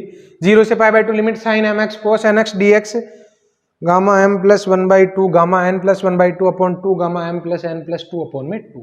क्लियर? तो स्टूडेंट इस फॉर्मूले को आप दोबारा देख लें, लिख लें, बार बार प्रयास करते रहें। मैं आ जाता हूं वापस इस क्वेश्चन में, और फॉर्मूला क्योंकि मैं बार बार लिखूंगा नहीं, इतना बड़ा फॉर्मूला लिखना पोसाता है क्या? नहीं पोसाता है। तो गामा m + 1/2 यानी गामा 3/2, गामा 3 + 1/2 यानी गामा 4/2 अपॉन में 2 गामा दिस प्लस 2/2, तो 7/2 आ जाएगा। ये तो कट जाएगा। गामा 3/2 को कैसे खोलते हैं? 1/2 और √π, ये गामा 2 फैक्टोरियल 1 के बराबर हो जाएगा। 7/2 को 5/2 3/2 1/2 और अंडर रूट में पाई, तो इससे ये कट जाएगा और आपके 4/15 आंसर आ जाएगा, जो आपके सेकेंड ऑप्शन में दे रखा है। क्लियर? अगला सवाल देखिए, 0 से पाई लिमिट दे रखी है, e की पावर साइन स्क्वायर x दे रखा है, cos cube 2n + 1x dx, इसको सोल्व करना है। और जहां n किस में बिलोंग करता है? z में। तो एक तो काम खत्म करिए पहले, let n = 0 which is integer. तो ये आपके क्वेश्चन अब चेंज हो गया, 0 से पाई लिमिट और e की पावर में साइन स्क्वायर x और यह आ जाएगा कोस क्यूब x dx। अब आपको इसको सोल्व करना है। तो स्टूडेंट यहां पर कैसे किया जा सकता है, बताओ कैसे कर सकते हो इस क्वेश्चन को सोल्व? मुश्किल लग रहा है, क्लियर? तो स्टूडेंट यहां पर इस क्वेश्चन को आपको ऐसे सोल्व करना चाहिए। कैसे सोल्व करना चाहिए? प्रॉपर्टी लगा देनी चाहिए, फोर्थ प्रॉपर्टी, क्लियर? P3 जिसको मैं फोर्थ प्रॉपर्टी कहता हूं, और उसमें आपको क्या करना चाहिए? Only x replace by a plus b minus x, it means pi minus x. बस आपका काम हो गया। 0 से पाई लिमिट e की पावर में sine pi minus x, sine x ही होता है, तो ये आ गया आपके sine square pi minus x cos cube pi minus x dx, clear? तो स्टूडेंट ये आ जाएगा i इक्वल में i इक्वल में 0 से पाई लिमिट e की पावर में साइन स्क्वायर एक्स और ये आ जाएगा माइनस का कोस क्यूब एक्स dx। अब आप समीकरण 1 और 2 को जोड़ दो, क्योंकि जब जब मैं ये प्रॉपर्टी लगाऊंगा फायदा आपको तभी मिलेगा जब आप इसको ऐड करा दोगे। ऐड कराओगे तो इधर तो प्लस का इधर माइनस का 0 आ जाएगा। हो गया काम। ये देखो, फोर्थ प्रॉपर्टी जिंदाबाद, ठीक है ना? ये नारे लगाते रहो बीच बीच में। वेरी इंपॉर्टेंट क्वेश्चन, और इस क्वेश्चन में थोड़ी सी मुझे टेक्निकल मिस्टेक लग रही है बुक में, आप लोग इसमें देखें कि मैं सही हूं या नहीं हूं। ये मैंने साइन के सारे रिजल्ट लिख रखे हैं, वैसे तो बहुत सारे मिस कर दिए लेकिन वह लिख रखे हैं। और महत्तम पूर्णांक फलन में क्वेश्चन को कैसे हैंडल किया जाता है, ये इंपॉर्टेंट बात है, क्लियर? अब स्टूडेंट यहां पर आप लोगों को कैसे क्या करना है, महत्तम पूर्णांक फलन, भाई महत्तम पूर्णांक फलन हो चाहे मापांक फलन हो, न तो उसका अवकलन कर सकते हैं, नहीं उसका समाकलन कर सकते हैं, जब तक कि उसको आप साधारण फलन में नहीं बदल देते हो, क्लियर? अब आपको इस क्वेश्चन को कैसे हैंडल करना है ये देखो आप। तो स्टूडेंट यहां पर 2 sin x, हम ये जानते हैं कि महत्तम पूर्णांक फलन में अगर मान लो 0.1 हो या 0.2 हो या फिर 0.3 हो या फिर 0.99 हो, ये सब अगर मान लो अलग अलग दे रखे हो ना, मैं कोमा लगाकर एक में बंद कर रहा हूं, इन सब का आंसर 0 होगा। यानी 0 से 1 के बीच में जितनी भी संख्या है, 1 तक नहीं, 0 से 1 के बीच में, उन सब का आंसर क्या होगा? 0 होगा, क्लियर? तो स्टूडेंट यहां पर मुझे इस महत्तम पूर्णांक, क्योंकि मैंने आपको ये लिखा है ना कि महत्तम पूर्णांक फलन और मापांक फलन के लिए थर्ड प्रॉपर्टी लगेगी, और थर्ड प्रॉपर्टी में आपको लिमिट को ब्रेक करना होगा। अब लिमिट कहां टूटती, ये सबसे इंपॉर्टेंट है। तो स्टूडेंट यहां पर जो मैं लैंग्वेज बोल रहा हूं ना, अगर आपके दिमाग में बैठ जाएगी तो ये क्वेश्चन आप इजीली डिसाइड कर लोगे कि सही क्या है। तो 0 से 2 पाई इसकी लिमिट दे रखी है, 2 sin x। अब स्टूडेंट यहां पर सबसे पहले आप इसमें 0 रखो, तो जब आप इसमें 0 रखोगे ना, सबसे पहले तो देखो कि sin x की मैक्सिमम और मिनिमम वैल्यू कितनी होती है, +1 और -1। तो जब आप इसमें रखोगे ना, तो ये रेंज आपके कुछ इस प्रकार बनेगी, -2 से +2, -2 से +2 के बीच की रेंज बनेगी, और ये रेंज बन गई। अब स्टूडेंट यहां पर आप लोग देखो कि इसके बीच में एक तो आता है -1, एक आता है 0, एक आता है आपके 1, क्लियर? अब आप लोग देखो कि करना क्या है इसमें। तो सबसे पहले आप डिसाइड करो कि इसका जो मान है, एक तो -2 से +2 के बीच में वेरी करेगा इसका, क्लियर? लोअर लिमिट क्या है? 0। अगर आप इसमें 0 रखते हो तो 2 sin 0, sin 0 का मान क्या हो गया? 0 हो गया। अब 0 हो गया, देखो ध्यान से देखना, यहां पर पहला ब्रेक 0 पर। अब 0 के बाद में लिमिट कहां टूटेगी, ये इंपॉर्टेंट है। तो स्टूडेंट 0 रिजल्ट आ गया ना, अब आगे बढ़ते जाओ, जैसे जैसे आगे बढ़ोगे तो धनात्मक की तरफ ही तो बढ़ रहे हो। 0, 30 डिग्री, 45, फर्स्ट क्वाड्रेंट में पॉजिटिव होते हैं, यानी हम बढ़ रहे हैं 1 और 2 की तरफ, क्लियर? तो 1 प्राप्त करो पहले, 2 नहीं, पहले 1 का आएगा नंबर, तो 1 प्राप्त करो। तो एक बात बताओ, 2 sin x का रिजल्ट 1 कब हो सकता है? तो 2 sin x का रिजल्ट 1 तब हो सकता है जब sin x का मान क्या हो? 30 डिग्री हो। x का मान 30 डिग्री रखोगे तो sin x 1/2 हो जाएगा। 2 × 1/2 1 होता है, क्लियर? तो स्टूडेंट यहां पर 0 से 30 डिग्री आ गया, क्लियर? और इसके बीच में ये आप लिख दो फिलहाल 2 sin x, 2 sin x और dx, क्लियर? देन उसके बाद में फिर 30 डिग्री के बाद में आप जाओगे 2 लाने तक। अब मुझे एक बात बताओ, sin x का मान क्या होगा कि टोटल रिजल्ट 2 हो जाए? तो 90 डिग्री पर 2 आ जाएगा ना, तो फिर अगला जंप लगेगा 90 तक, क्लियर? 90 डिग्री मतलब यू नहीं, और ये आ जाएगा, हालांकि रेडियन में लिखना है लेकिन मैं आपको आसानी से समझाने के लिए इसमें डिग्री में लिख रहा हूँ, लास्ट में रेडियन बदल देंगे। फिर स्टूडेंट यहाँ पर 90 के बाद में 90 के नीचे आते हैं, क्लियर। 90 पर इसका रिजल्ट क्या हो गया, +2 हो गया, ठीक बात। अब स्टूडेंट यहाँ पर अगला पूर्णांक प्राप्त करना है, तो 90 के बाद में आप जब 150 पर जाओगे ना तो 1/2 रिजल्ट आता है, क्लियर। तो स्टूडेंट यहाँ पर अगला जो स्टेक है वो 1/2 पर आएगा, क्लियर। क्योंकि ये तो 90 पर तो हो गया 2 और 150 पर क्या हो गया, ये 1 हो गया, तो ये आप लिख दो। अब मैं इसको बार बार इसको fx लिख देता हूँ और ये dx लिख देता हूँ, क्लियर, और ये स्पेस। देन अगली बार 150 और अगला स्टेक आएगा स्टूडेंट 180 पर, क्लियर। तो 180 और ये हो जाएगा आपके dx, माइनस नहीं लिख रहा हूं, बस वो fx लिख रहा हूं, यू लिख दो नहीं तो पूरा ही, कंफ्यूज मत हो जाना। ये हो जाएगा आपके 2 sin x, और ये काम चलाते रहना आपको 180 से फिर आगे ये 210, ये वैल्यू अगर आप लिख लोगे ना तो आपका काम आसान रहेगा। देन फिर से 2 sin x, देन 210 से 270 और ये 2 sin x dx, देन 270 से 330 और 330 से 360, क्लियर। अब स्टूडेंट यहां पर आप लोग देखना ध्यान से, एक तो मैंने ये रिजल्ट क्यों लिखा, क्योंकि मैं ये देख रहा था कि यहां पर 2 है ना, तो 2 को पूर्णांक में कौन बदल सकता है, 1/2, 1 और 0, यही तो बदल सकते हैं इसके रिजल्ट जो होते हैं, क्लियर। तो स्टूडेंट मैंने उन्हीं रिजल्ट को लिखा। अब आप लोग देखो कि 0 से 30 डिग्री के बीच में रिजल्ट क्या रहे, 0 और 1/2, यानी 0 और 1/2, तो 2 × 0 तो 0 हो जाएगा, और 1/2 × 2 ये हो जाएगा 1, तो 0 से 1 के बीच में इसका आंसर क्या होगा, इसका आंसर होगा 0 dx, क्लियर। देन 30 डिग्री से लेकर 90 डिग्री, 30 डिग्री जब रखोगे ना तो ये 1/2, यानी 1/2 को 2 से मल्टीप्लाई करोगे तो 1, और 90 रखोगे तो ये हो जाएगा 2, तो 1 से 2 के बीच में छोटा वाला पूर्णांक 1 होता है, यहाँ पर 1 dx आएगा, क्लियर। ऐसे ही 90 से 150, ये रहा 90 से 150, 1 रखोगे तो ये तो बन जाएगा 2, और 1/2 रखोगे तो बन जाएगा 1, यानी 2 और 1 के बीच में आ रहा है, तो 2 और 1 के बीच में छोटा वाला पूर्णांक 1 होता है। ये कब आया, 90 से 150, क्लियर। देन 150 से 180, 150 से 180, 1/2 से 0, 1/2 रखोगे तो ये 1 बन जाएगा, और 0 रखोगे तो 0 बन जाएगा, तो 1 और 0 के बीच में क्या छोटा क्या आएगा, 0, तो ये यहां पर तो बन जाएगा 0 dx, और ये आ जाएगा 150 से 180, 150 से 180, क्लियर। देन स्टूडेंट 180 से 210 डिग्री, तो 0 और -1/2 इसमें रखो, तो 0 रखोगे तो 0, और -1/2 रखोगे तो -1, छोटा वाला -1 इस बार, यहां पर आएगा -1 dx। ऐसे स्टूडेंट 210 से लेकर 270, इस टाइप के क्वेश्चन ज्यादा परेशान आपको कर सकते हैं, लेकिन मैं ये कह रहा हूं कि बेनिफिट जो देते हैं ना, एक्स्ट्रा जो मार्क्स आपके मिलते हैं वो यहीं से तो होते हैं, क्लियर। और इतना ज्यादा उलझा हुआ क्वेश्चन भी नहीं मिलेंगे उसको आधा घंटा करने में लग जाए, 2-3 मिनट में हो जाता है क्वेश्चन, कुछ क्वेश्चन 2-3 मिनट में होंगे, बाकी 1-1 मिनट के होंगे।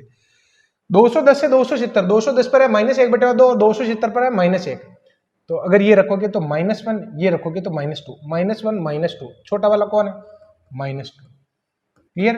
देन 270 से 330, तो 270 रखोगे तो -2, और ये रखोगे तो -1, -2 -1, अगेन छोटा -2 ही, क्लियर।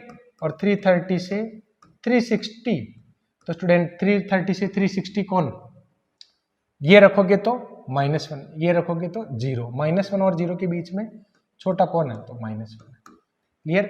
अब स्टूडेंट आपका आंसर तैयार है ना भाई, ये तो 0 हो गया, और ये हो जाएगा आपके 90 - 30, और ये हो जाएगा आपके 150 - 90, और ये 0 हो जाएगा, ये हो जाएगा आपके 210 - 180, माइनस का 2 × 270 - 210, माइनस का 2 × 330 - 270, और माइनस के 1 × 360 - 330, क्लियर। तो स्टूडेंट यहां पर इसका आंसर आ जाएगा आपके 60 + 60 -30 -120 -120 और माइनस का 30, क्लियर। तो ये दोनों मिलकर इसको काट देंगे, और अब जो आंसर है वो है आपके -180, जो माइनस पाई आंसर होगा। तो स्टूडेंट मेरे अकॉर्डिंग यही इसका राइट आंसर है। जो आपके बुक में कर रखा है वो लिमिट भी वहां पर गलत कर रखी। मैंने इस क्वेश्चन को डिटेल में इसीलिए आप लोगों को बताया ताकि आप लोग क्वेश्चन को इजीली देख पाए। अभी इस क्वेश्चन में हो सकता है कि आपको थोड़ा सा मुश्किल लगा हो, लेकिन पेशेंस रखिए, इस टाइप के जब और क्वेश्चन करेंगे तो आपको मजा आने वाला है। एक सिंगल क्वेश्चन भी आपका गलत नहीं होगा, मतलब क्वेश्चन को अटेम्प्ट नहीं करना, मतलब करना और नहीं करना तो दूर की बात है, मैं तो कह रहा हूँ गलती नहीं होगा। और बोलो क्लियर, लेकिन बने रहना चाहिए क्योंकि मेरी जो लिखावट से ज्यादा इंपॉर्टेंट है मैं क्या बोल रहा हूं। और एक और बात, अब आप लिखने में ज्यादा टाइम वेस्ट मत करिए, मैं आपको पीडीएफ अवेलेबल करवा दूंगा, ये टाइम आपकी रिवीजन में जाना चाहिए। क्लियर, बहुत जल्दी मैं आपको पीडीएफ सारी अवेलेबल करवाने वाला हूं। 0 से 2 पाई और इसका रिजल्ट निकालना है। एन किस में बिलोंग करता है? नेचुरल नंबर में। तो नेचुरल नंबर आप मान लो सबसे बढ़िया। सबसे पहले तो मैं लेट कर लेता हूं, लेट एन बराबर 1, नेचुरल नंबर हमने मान लिया। तो ये बन जाएगा आपके 0 से 2 पाई limit x sign square x upon में साइन स्क्वायर x और प्लस में कोस स्क्वायर x dx। तो एक फायदा क्या हो गया? एक फायदा ये हो गया कि नीचे तो आपके 1 हो गया और 1 plus sign square x dx, ये रिजल्ट आ गया। क्लियर। अब स्टूडेंट इसको आपको सोल्व करना है। कैसे करेंगे देखिए, हमें इसका रिजल्ट निकालना है। सोचो स्टूडेंट किस तरीके से निकाला जा सकता है। अच्छा, ये तो और भी आसानी से हो जाता है। 2 पाई माइनस एक्स, इसकी लिमिट सही दे रखी है, 2 पाई माइनस एक्स। मैं एक बार इसकी लिमिट चेक कर लेता हूं क्योंकि मुझे ठीक नहीं लग रहा है इसकी लिमिट क्या है। 12 वाला जो क्वेश्चन है,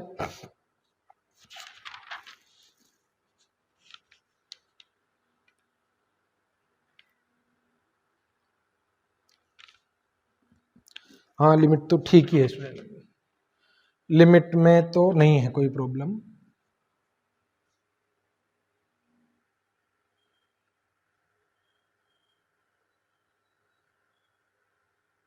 ठीक है, जो चल रहा है चलने देते हैं, कोई गलती नहीं है।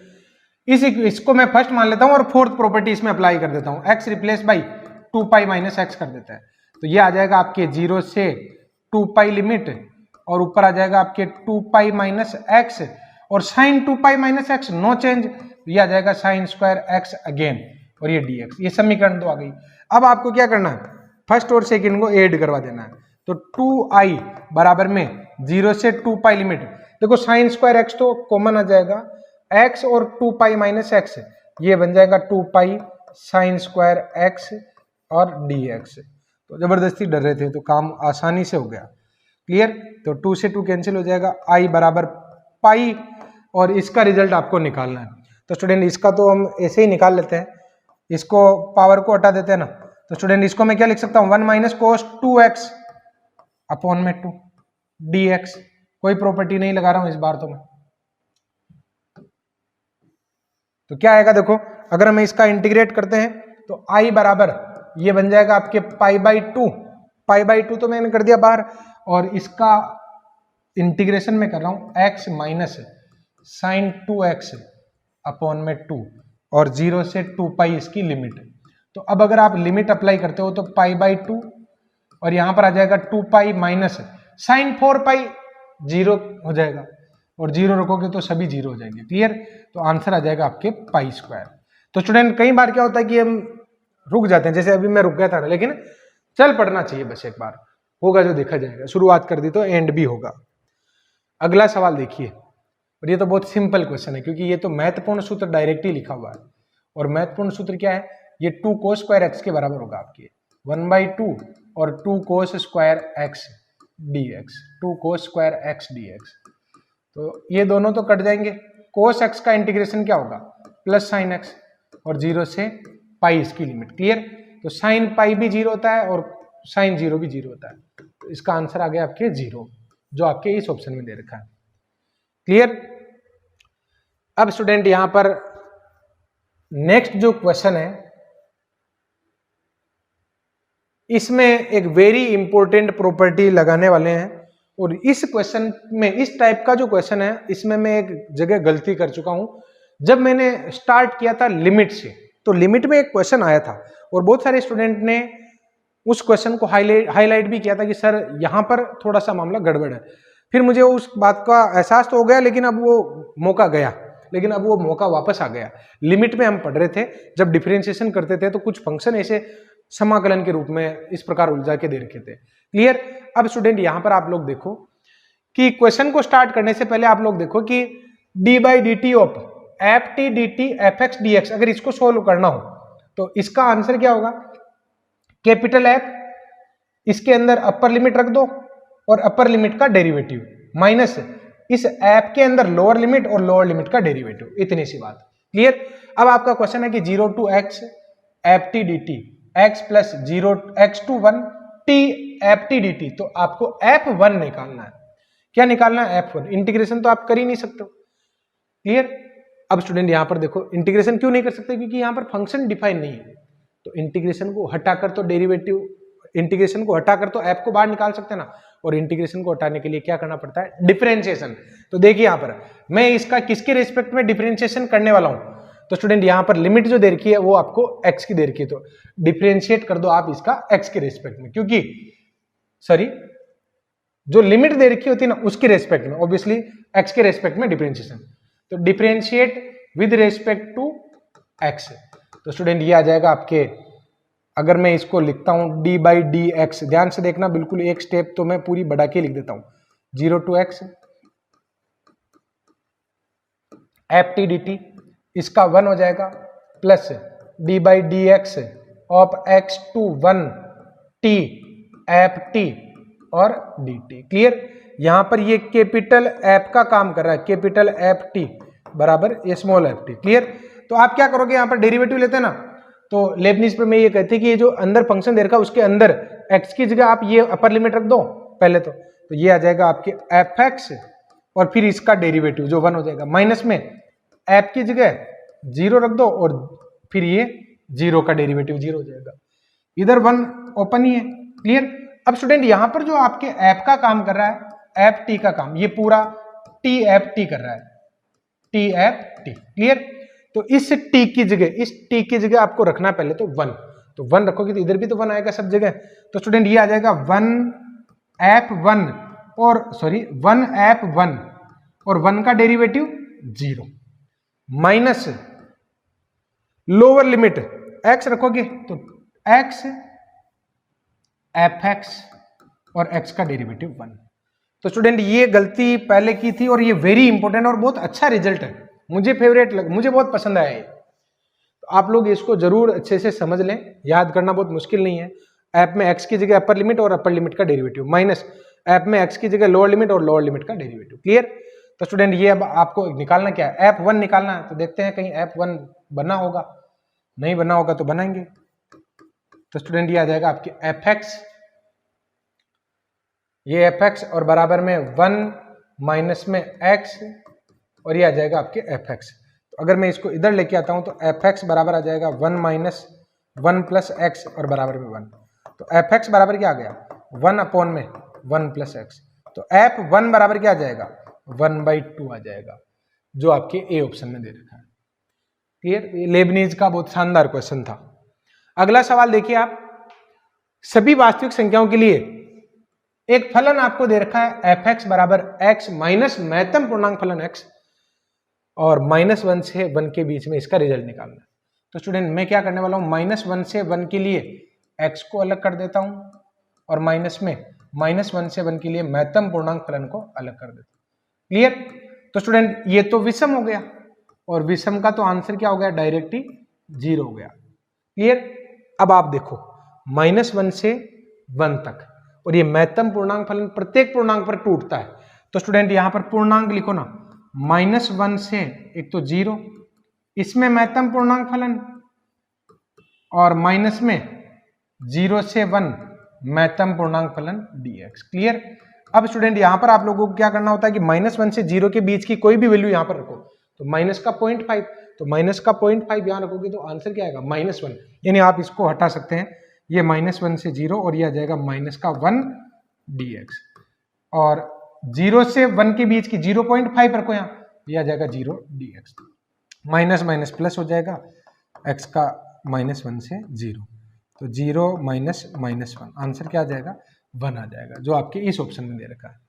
क्लियर। नेक्स्ट क्वेश्चन देखिए आप, gx बराबर 0 to x cos की पावर 4 t dt, तो आपको gx प्लस पाई निकालना है। मैं इस क्वेश्चन में एक काम करने वाला हूं, पहले पूरा gx निकाल लेता हूं। और कैसे निकालेंगे देखो, मैं सिंपली इसका इंटीग्रेशन ही कर देता हूं। और इंटीग्रेशन कैसे कर रहा हूं, मैं इसकी पावर को हटा देता हूं, तो कोस स्क्वायर का होल स्क्वायर मान सकते हो ना, तो मैं इसको ऐसे लिख सकता हूं ना, 1 प्लस कोस 2t अपॉन में 2 इसका होल स्क्वायर और dt लिख सकते हैं।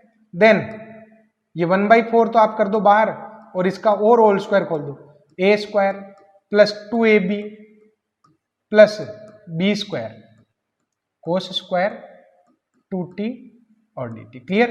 तो स्टूडेंट ये आ जाएगा आपके 1/4 0 to x limit 1 plus 2 cos 2t, और अगेन इसका अगर आप खोलते हो तो 1 प्लस कोस 4t अपॉन में 2, और ये आ जाएगा आपकी dt। क्लियर। अब आप अगर इसका इंटीग्रेशन करते हो तो 1/4 और ये आ जाएगा आपके t प्लस साइन 2t, और ये आ जाएगा आपके t/2, और ये आ जाएगा साइन 4t अपॉन में 8, और लिमिट है इस पर 0 to x। तो फाइनली हमने gx निकाल लिया, 1/4 x रखोगे तो x plus sign 2x plus x/2 plus sign 4x upon में 8, लोअर लिमिट में ये सब 0 हो जाएंगे। तो स्टूडेंट gx आ गया ना। अब आपको क्या चाहिए, g पाई प्लस x, तो देखते हैं g पाई प्लस x कितना आएगा, तो 1/4 ये आ जाएगा पाई प्लस x, और साइन पाई प्लस x यहां पर भी रखोगे आप साइन, तो 2 पाई प्लस 2x, देन ये आपके पाई प्लस x अपॉन 2, और ये आ जाएगा साइन 2 पाई, सॉरी x प्लस पाई रखेंगे ना, तो 4 पाई प्लस 4x अपॉन में 8। तो आई थिंक स्टूडेंट यहां पर कैलकुलेशन आपको समझ में आ गई होगी। अब देखो आप, इसका जो रिजल्ट है वो हमने निकाल लिया, और g पाई प्लस x किसके बराबर है, देखो ये तो हो गया आपके 1/4, 1/4 तो बाहर है ही, और ये pi plus x, pi plus x 3/2 लिख दूं, 3/2 पाई प्लस x। कैसे, क्योंकि ये आधा यहां पर भी है और एक यहां पर भी, दोनों को एक साथ कर दिया। Sine 2 pi plus theta sine 2x के बराबर ही होगा, और ये भी आपके साइन 4x अपॉन 8 के बराबर होगा। तो स्टूडेंट यहां पर कौन सा आंसर राइट है, तो ये तो है आपके x प्लस x/2, तो 3x/2, तो किसके बराबर बैठाई, 1/4 3x/2, एक पाई आ गया ना। तो क्या ऑप्शन से चेक कर लेते हैं, gx प्लस जी पाई के बराबर है क्या, ऐसा इतना मुश्किल है क्या काम, देखते हैं भाई, हो जाएगा, कोई विशेष समस्या नहीं रही। जी पाई प्लस एक्स बराबर आ गया 1/4 3π/4 3π/2 plus 3x/2 plus sign 2x और साइन 4x अपॉन में 8। क्लियर। तो स्टूडेंट अब आप लोग देखो, एक इक्वेशन तो आपके सामने ये रही, समीकरण 1, और एक समीकरण 2 ये रही, दोनों के रिजल्ट आपके सामने है। हमें यहाँ पर जी पाई प्लस एक्स को बताना है कि ये जी एक्स प्लस जी पाई के बराबर है क्या, तो जी एक्स और जी पाई निकाल ही लेते हैं, तो जी एक्स तो ही ना हो, जी पाई और निकाल लो आप। अगर आप जी पाई निकालते हो तो स्टूडेंट जी पाई, इसमें पाई रख दो और क्या, तो अगर आप पाई रखते हो तो ये आ जाएगा आपके 1/4 और पाई प्लस 0 प्लस π/2 और प्लस का 0, तो बिल्कुल मामला बैठ गया, क्योंकि ये बन गया आपके 1/4 और 3π/2।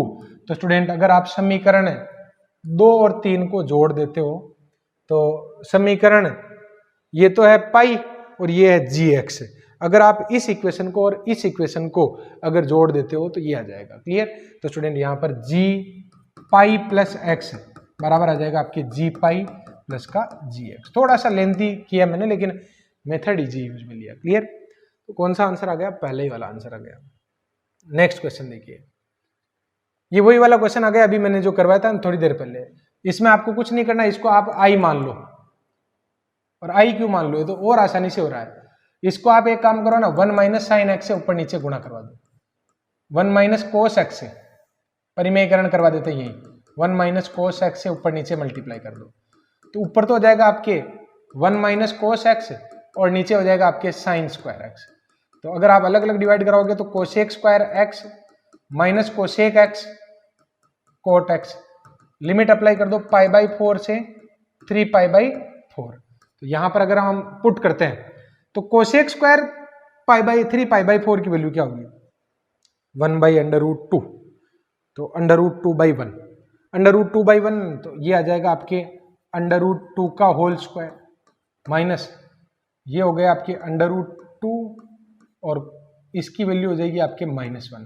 अब लोअर लिमिट लगाओगे तो π/4 अगेन ये हो जाएगा √2 का होल स्क्वायर प्लस π/4 रखोगे तो √2 और 1, तो ये दोनों तो कट जाएंगे और आंसर आ जाएगा 2√2 जो किसी भी ऑप्शन में नहीं है। क्यों नहीं है? क्योंकि गलती कर दी होगी, डेफिनेटली गलती तो कर ही दी होगी। कोसेक स्क्वायर एक्स और माइनस का कोसेक एक्स कोट एक्स, देखो काम तो बिल्कुल गड़बड़ कर दिया ना, इंटीग्रेशन नहीं किया उससे पहले ही लिमिट रख रहे हैं, तो गड़बड़ तो होना ही है। ये लिमिट अभी मतलब इंटीग्रेशन होने के बाद लगेंगे, तो cosec x minus cosec x cot x, ये तो हो जाएगा माइनस के कोट एक्स का, और कोसेक एक्स का क्या होता है minus cosec x cot x, तो ये हो जाएगा आपके कोसेक एक्स। अब मामला ठीक है, तो π/4 से 3π/4 इसकी लिमिट, कोट 3π/4 की वैल्यू होती है -1 और कोसेक 3π/4 की वैल्यू होती है √2, ये तो हो गई आपकी upper limit minus lower limit, तो माइनस का 1 और प्लस के √2। तो स्टूडेंट इस बार आपके आंसर आ जाएगा 2 जो आपके इस ऑप्शन में दे रखा है। क्लियर? तो वो भूल माफ करें। in बराबर 0 से π/4 लिमिट दे रखी है और tan n theta d theta, जहां n किस में बिलोंग करता है नेचुरल नंबर में, तब आपको in-1 और in+1 का रिजल्ट निकालना है। तो स्टूडेंट यहां पर in बराबर अगर ये है तो in+1 और in-1 का रिजल्ट निकालना है। तो देखो ना यहाँ पर in-1 और in+1, इसका रिजल्ट आपके क्या आएगा, देखो 0 से π/4 लिमिट tan n-1 थीटा और tan n+1 थीटा। अब क्या करना चाहिए, अब अगर कोई ये कहे कि सर n बराबर मान लो 1, बिल्कुल सही कह रहा हूं, क्यों? क्योंकि नेचुरल नंबर ही तो मान रहे हो, तो सही कर रहे हो ना, क्या दिक्कत है। 0 से π/4 लिमिट ये हो जाएगा 1 प्लस tan स्क्वायर थीटा, जो आपके क्या बन जाएगा सेक स्क्वायर थीटा, और सेक स्क्वायर थीटा का इंटीग्रेशन क्या होता है tan थीटा, और tan थीटा में अपर लिमिट लोअर लिमिट लगा दो, कितना सीधा काम हो गया, देखो 1 - 0, तो 1 इसका आंसर हो गया। क्लियर? अगला सवाल ले रहा हूं मैं 20 वाला, और इंपॉर्टेंट क्वेश्चन है, मोड दे रखा है और मोड का आप इंटीग्रेशन नहीं कर सकते हो, फिर क्या करें? तो सर अलग अलग कर लो, एक पर मोड अलग लगा दो, माइनस लगा दो बीच में, फिर दूसरे पर मोड अलग लगा दो, ऐसे कर सकते हैं क्या? नहीं कर सकते हैं, क्योंकि ये असमीका है। त्रिभुजी असमीका में कर सकते हैं क्या मोड ऑफ Z1 - Z2, फिर लेस देन ग्रेटर देन का क्या मतलब रहा? तो स्टूडेंट यहां पर हम मोड को अलग अलग तो नहीं कर सकते हैं, तो एक काम तो कर ही सकते हो ना, यहां पर CD सूत्र लगा सकते हो क्या? CD सूत्र बिल्कुल, यहां पर आपको इस दूसरे वाले कोस को ऐसे लिख देना चाहिए sin π/2 माइनस का x। Clear? sin c minus sin d का फॉर्मूला यहां पर लग जाएगा, और sin c minus sin d का फॉर्मूला क्या होता है 2 cos this plus this upon 2 और sin this minus this upon 2, this minus this upon 2, तो x माइनस π/4 और ये मोड और dx। क्लियर? अब स्टूडेंट यहां पर देखो 0 से π/2 लिमिट, और ये बन जाएगा आपके √2 और ये आ गया आपके साइन x माइनस π/4 मोड में। अब मोड से इसको लाना है बाहर। क्लियर? अब मोड से बाहर आएगा तो वो चिन्ह के आधार पर आएगा ना, तो स्टूडेंट यहां पर देखो स्पेशल कंडीशन क्या है, 0 से लेके 90 के बीच में टूटेगा तो सही, कहां टूटेगा? तो देखो आप अगर आप इसमें 0 रखते हो, ये 0 से लेकर 90 डिग्री π/2 तक है, और ये स्पेशल पॉइंट आपको π/4 बोल रहा ना कि मैं हूं स्पेशल पॉइंट। क्लियर? तो स्टूडेंट अगर यहां पर आप 30 डिग्री रखते हो, ध्यान से देखो, अगर आप 0 से लेके 45 के बीच की कोई भी संख्या रखते हो 30 डिग्री, तो साइन 30 माइनस 45 साइन माइनस 15 और साइन माइनस थीटा, तो माइनस साइन थीटा के बराबर होता है, यानी इस एरिया में मोड हटेगा तो माइनस का चिन्ह आएगा। 45 से 90 के बीच में 60 डिग्री रख दो तो 60 माइनस 45 तो प्लस का ही होता है, तो ये टोटल चिन्ह प्लस का आएगा। मोड फलन को साधारण फलन में कैसे बदलते हैं ये अवकलन में हमने बात की थी। क्लियर? तो स्टूडेंट ये 0 से π/4 इसमें तो हो गया आपके माइनस का √2 और साइन x माइनस π/4 dx, और प्लस में π/4 से π/2 लिमिट और √2 sine x minus π/4 dx। Clear? अब इंटीग्रेट करो, तो इसको अगर आप इंटीग्रेट करोगे तो √2 और कोस x माइनस π/4 और लिमिट आ जाएगी आपकी 0 से π/4। क्लियर?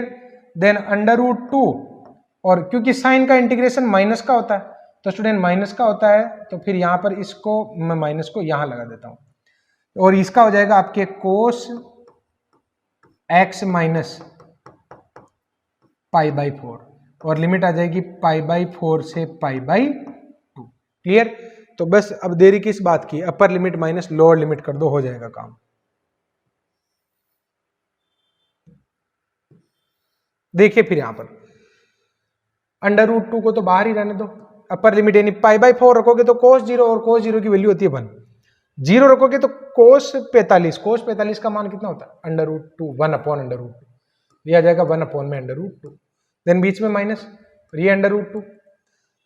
अब मैं रख रहा हूं π/2, तो साइन 90 माइनस 45 तो cos 45 का मान होता है √2, माइनस में 45 रखोगे तो cos 0 और cos 0 की वैल्यू होती है आपके 1। तो स्टूडेंट आपके आंसर क्या है, देखो √2 माइनस 1 माइनस का 2 और प्लस के √2, ऐसा आ रहा है क्या आंसर? प्लस माइनस की मिस्टेक है मेरे, पता चल रहा है मुझे और वो मिस्टेक कहाँ दिख रही है, मैंने एक बार वापस चेक कर लेता हूँ, फटाफट चेक कर लेते हैं। 0 से 45 के बीच में इसका माइनस आएगा और एक बार इंटीग्रेशन का और माइनस आएगा, तो माइनस माइनस तो हो गया प्लस, साइन 0 1 हो गया, कोस 0 1 हो गया और कोस 45 1/√2 हो गया। ठीक है, माइनस में √2 कोस 45 हो गया आपके, बिल्कुल देखो ना यहाँ मैंने गलती कर दी, वैल्यू पुट करने में गलती कर दी, 1/√2 और माइनस का 1 होगा। क्लियर? तो स्टूडेंट ये वैल्यू आपके फिर से चेंज कर रहा हूं मैं, -1 और प्लस के √2, तो 2/√2 और माइनस का 2, तो 2 कॉमन ले लोगे तो √2 - 1, ये आंसर आ जाएगा। क्लियर? इंपॉर्टेंट क्वेश्चन था ये वाला। अगला सवाल ये कह रहा है कि fx आपको दे रखा है इस रूप में, आपको f' निकालना, अवकलन करना है, लेबनीज लगेगी। लेबनीज कौन सी वाली?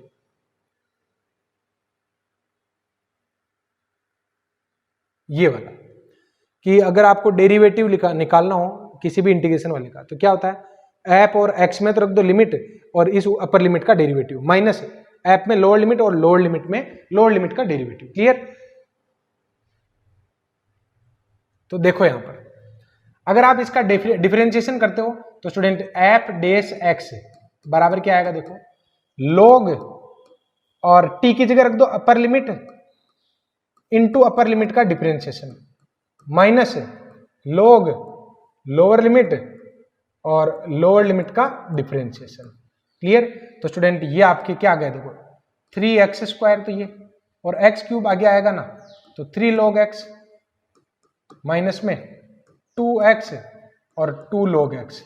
तो अगर आप log x कॉमन लेते हो तो आपके बचेगा क्या, 9x² माइनस का 4x, जो आपके फर्स्ट ऑप्शन में दे रखा है। क्लियर? ये भी अच्छा सवाल है। अब तो हम आईआईटी लेवल के क्वेश्चन पर आ गए हैं, लास्ट 1-2 क्वेश्चन और बचे हैं, हिम्मत रखिए।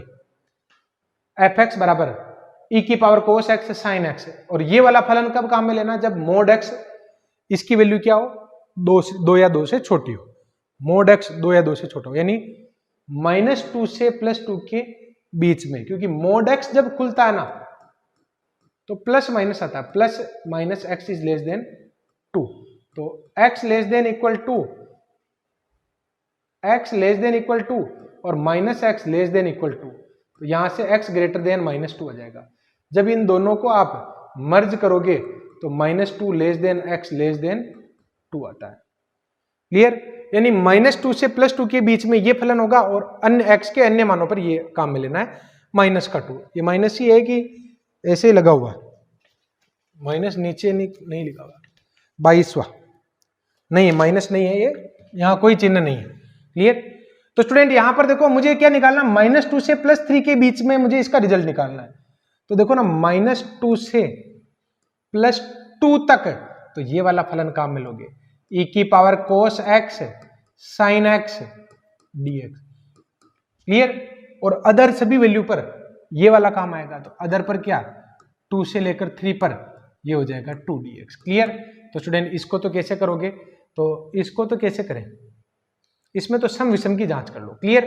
तो स्टूडेंट अगर आप इसमें जांच करते हो ना, मौखिक की जांच करना सीखो, a + b - x, तो x को -x से रिप्लेस करो, e की पावर cos x, cos पर प्लस माइनस का कोई फर्क नहीं पड़ता, लेकिन sin -x तो -sin x होगा ना, तो दोनों का माइनस यहां पर आ जाएगा, यानी ये वाला तो हो गया आपके विषम, ये फलन तो आपके कौन सा हो गया, विषम हो गया। और इसका आंसर आप डायरेक्ट लिख दो 2 और 3 -2, तो इसका आंसर क्या आ जाएगा आपके 2 आ जाएगा। क्लियर?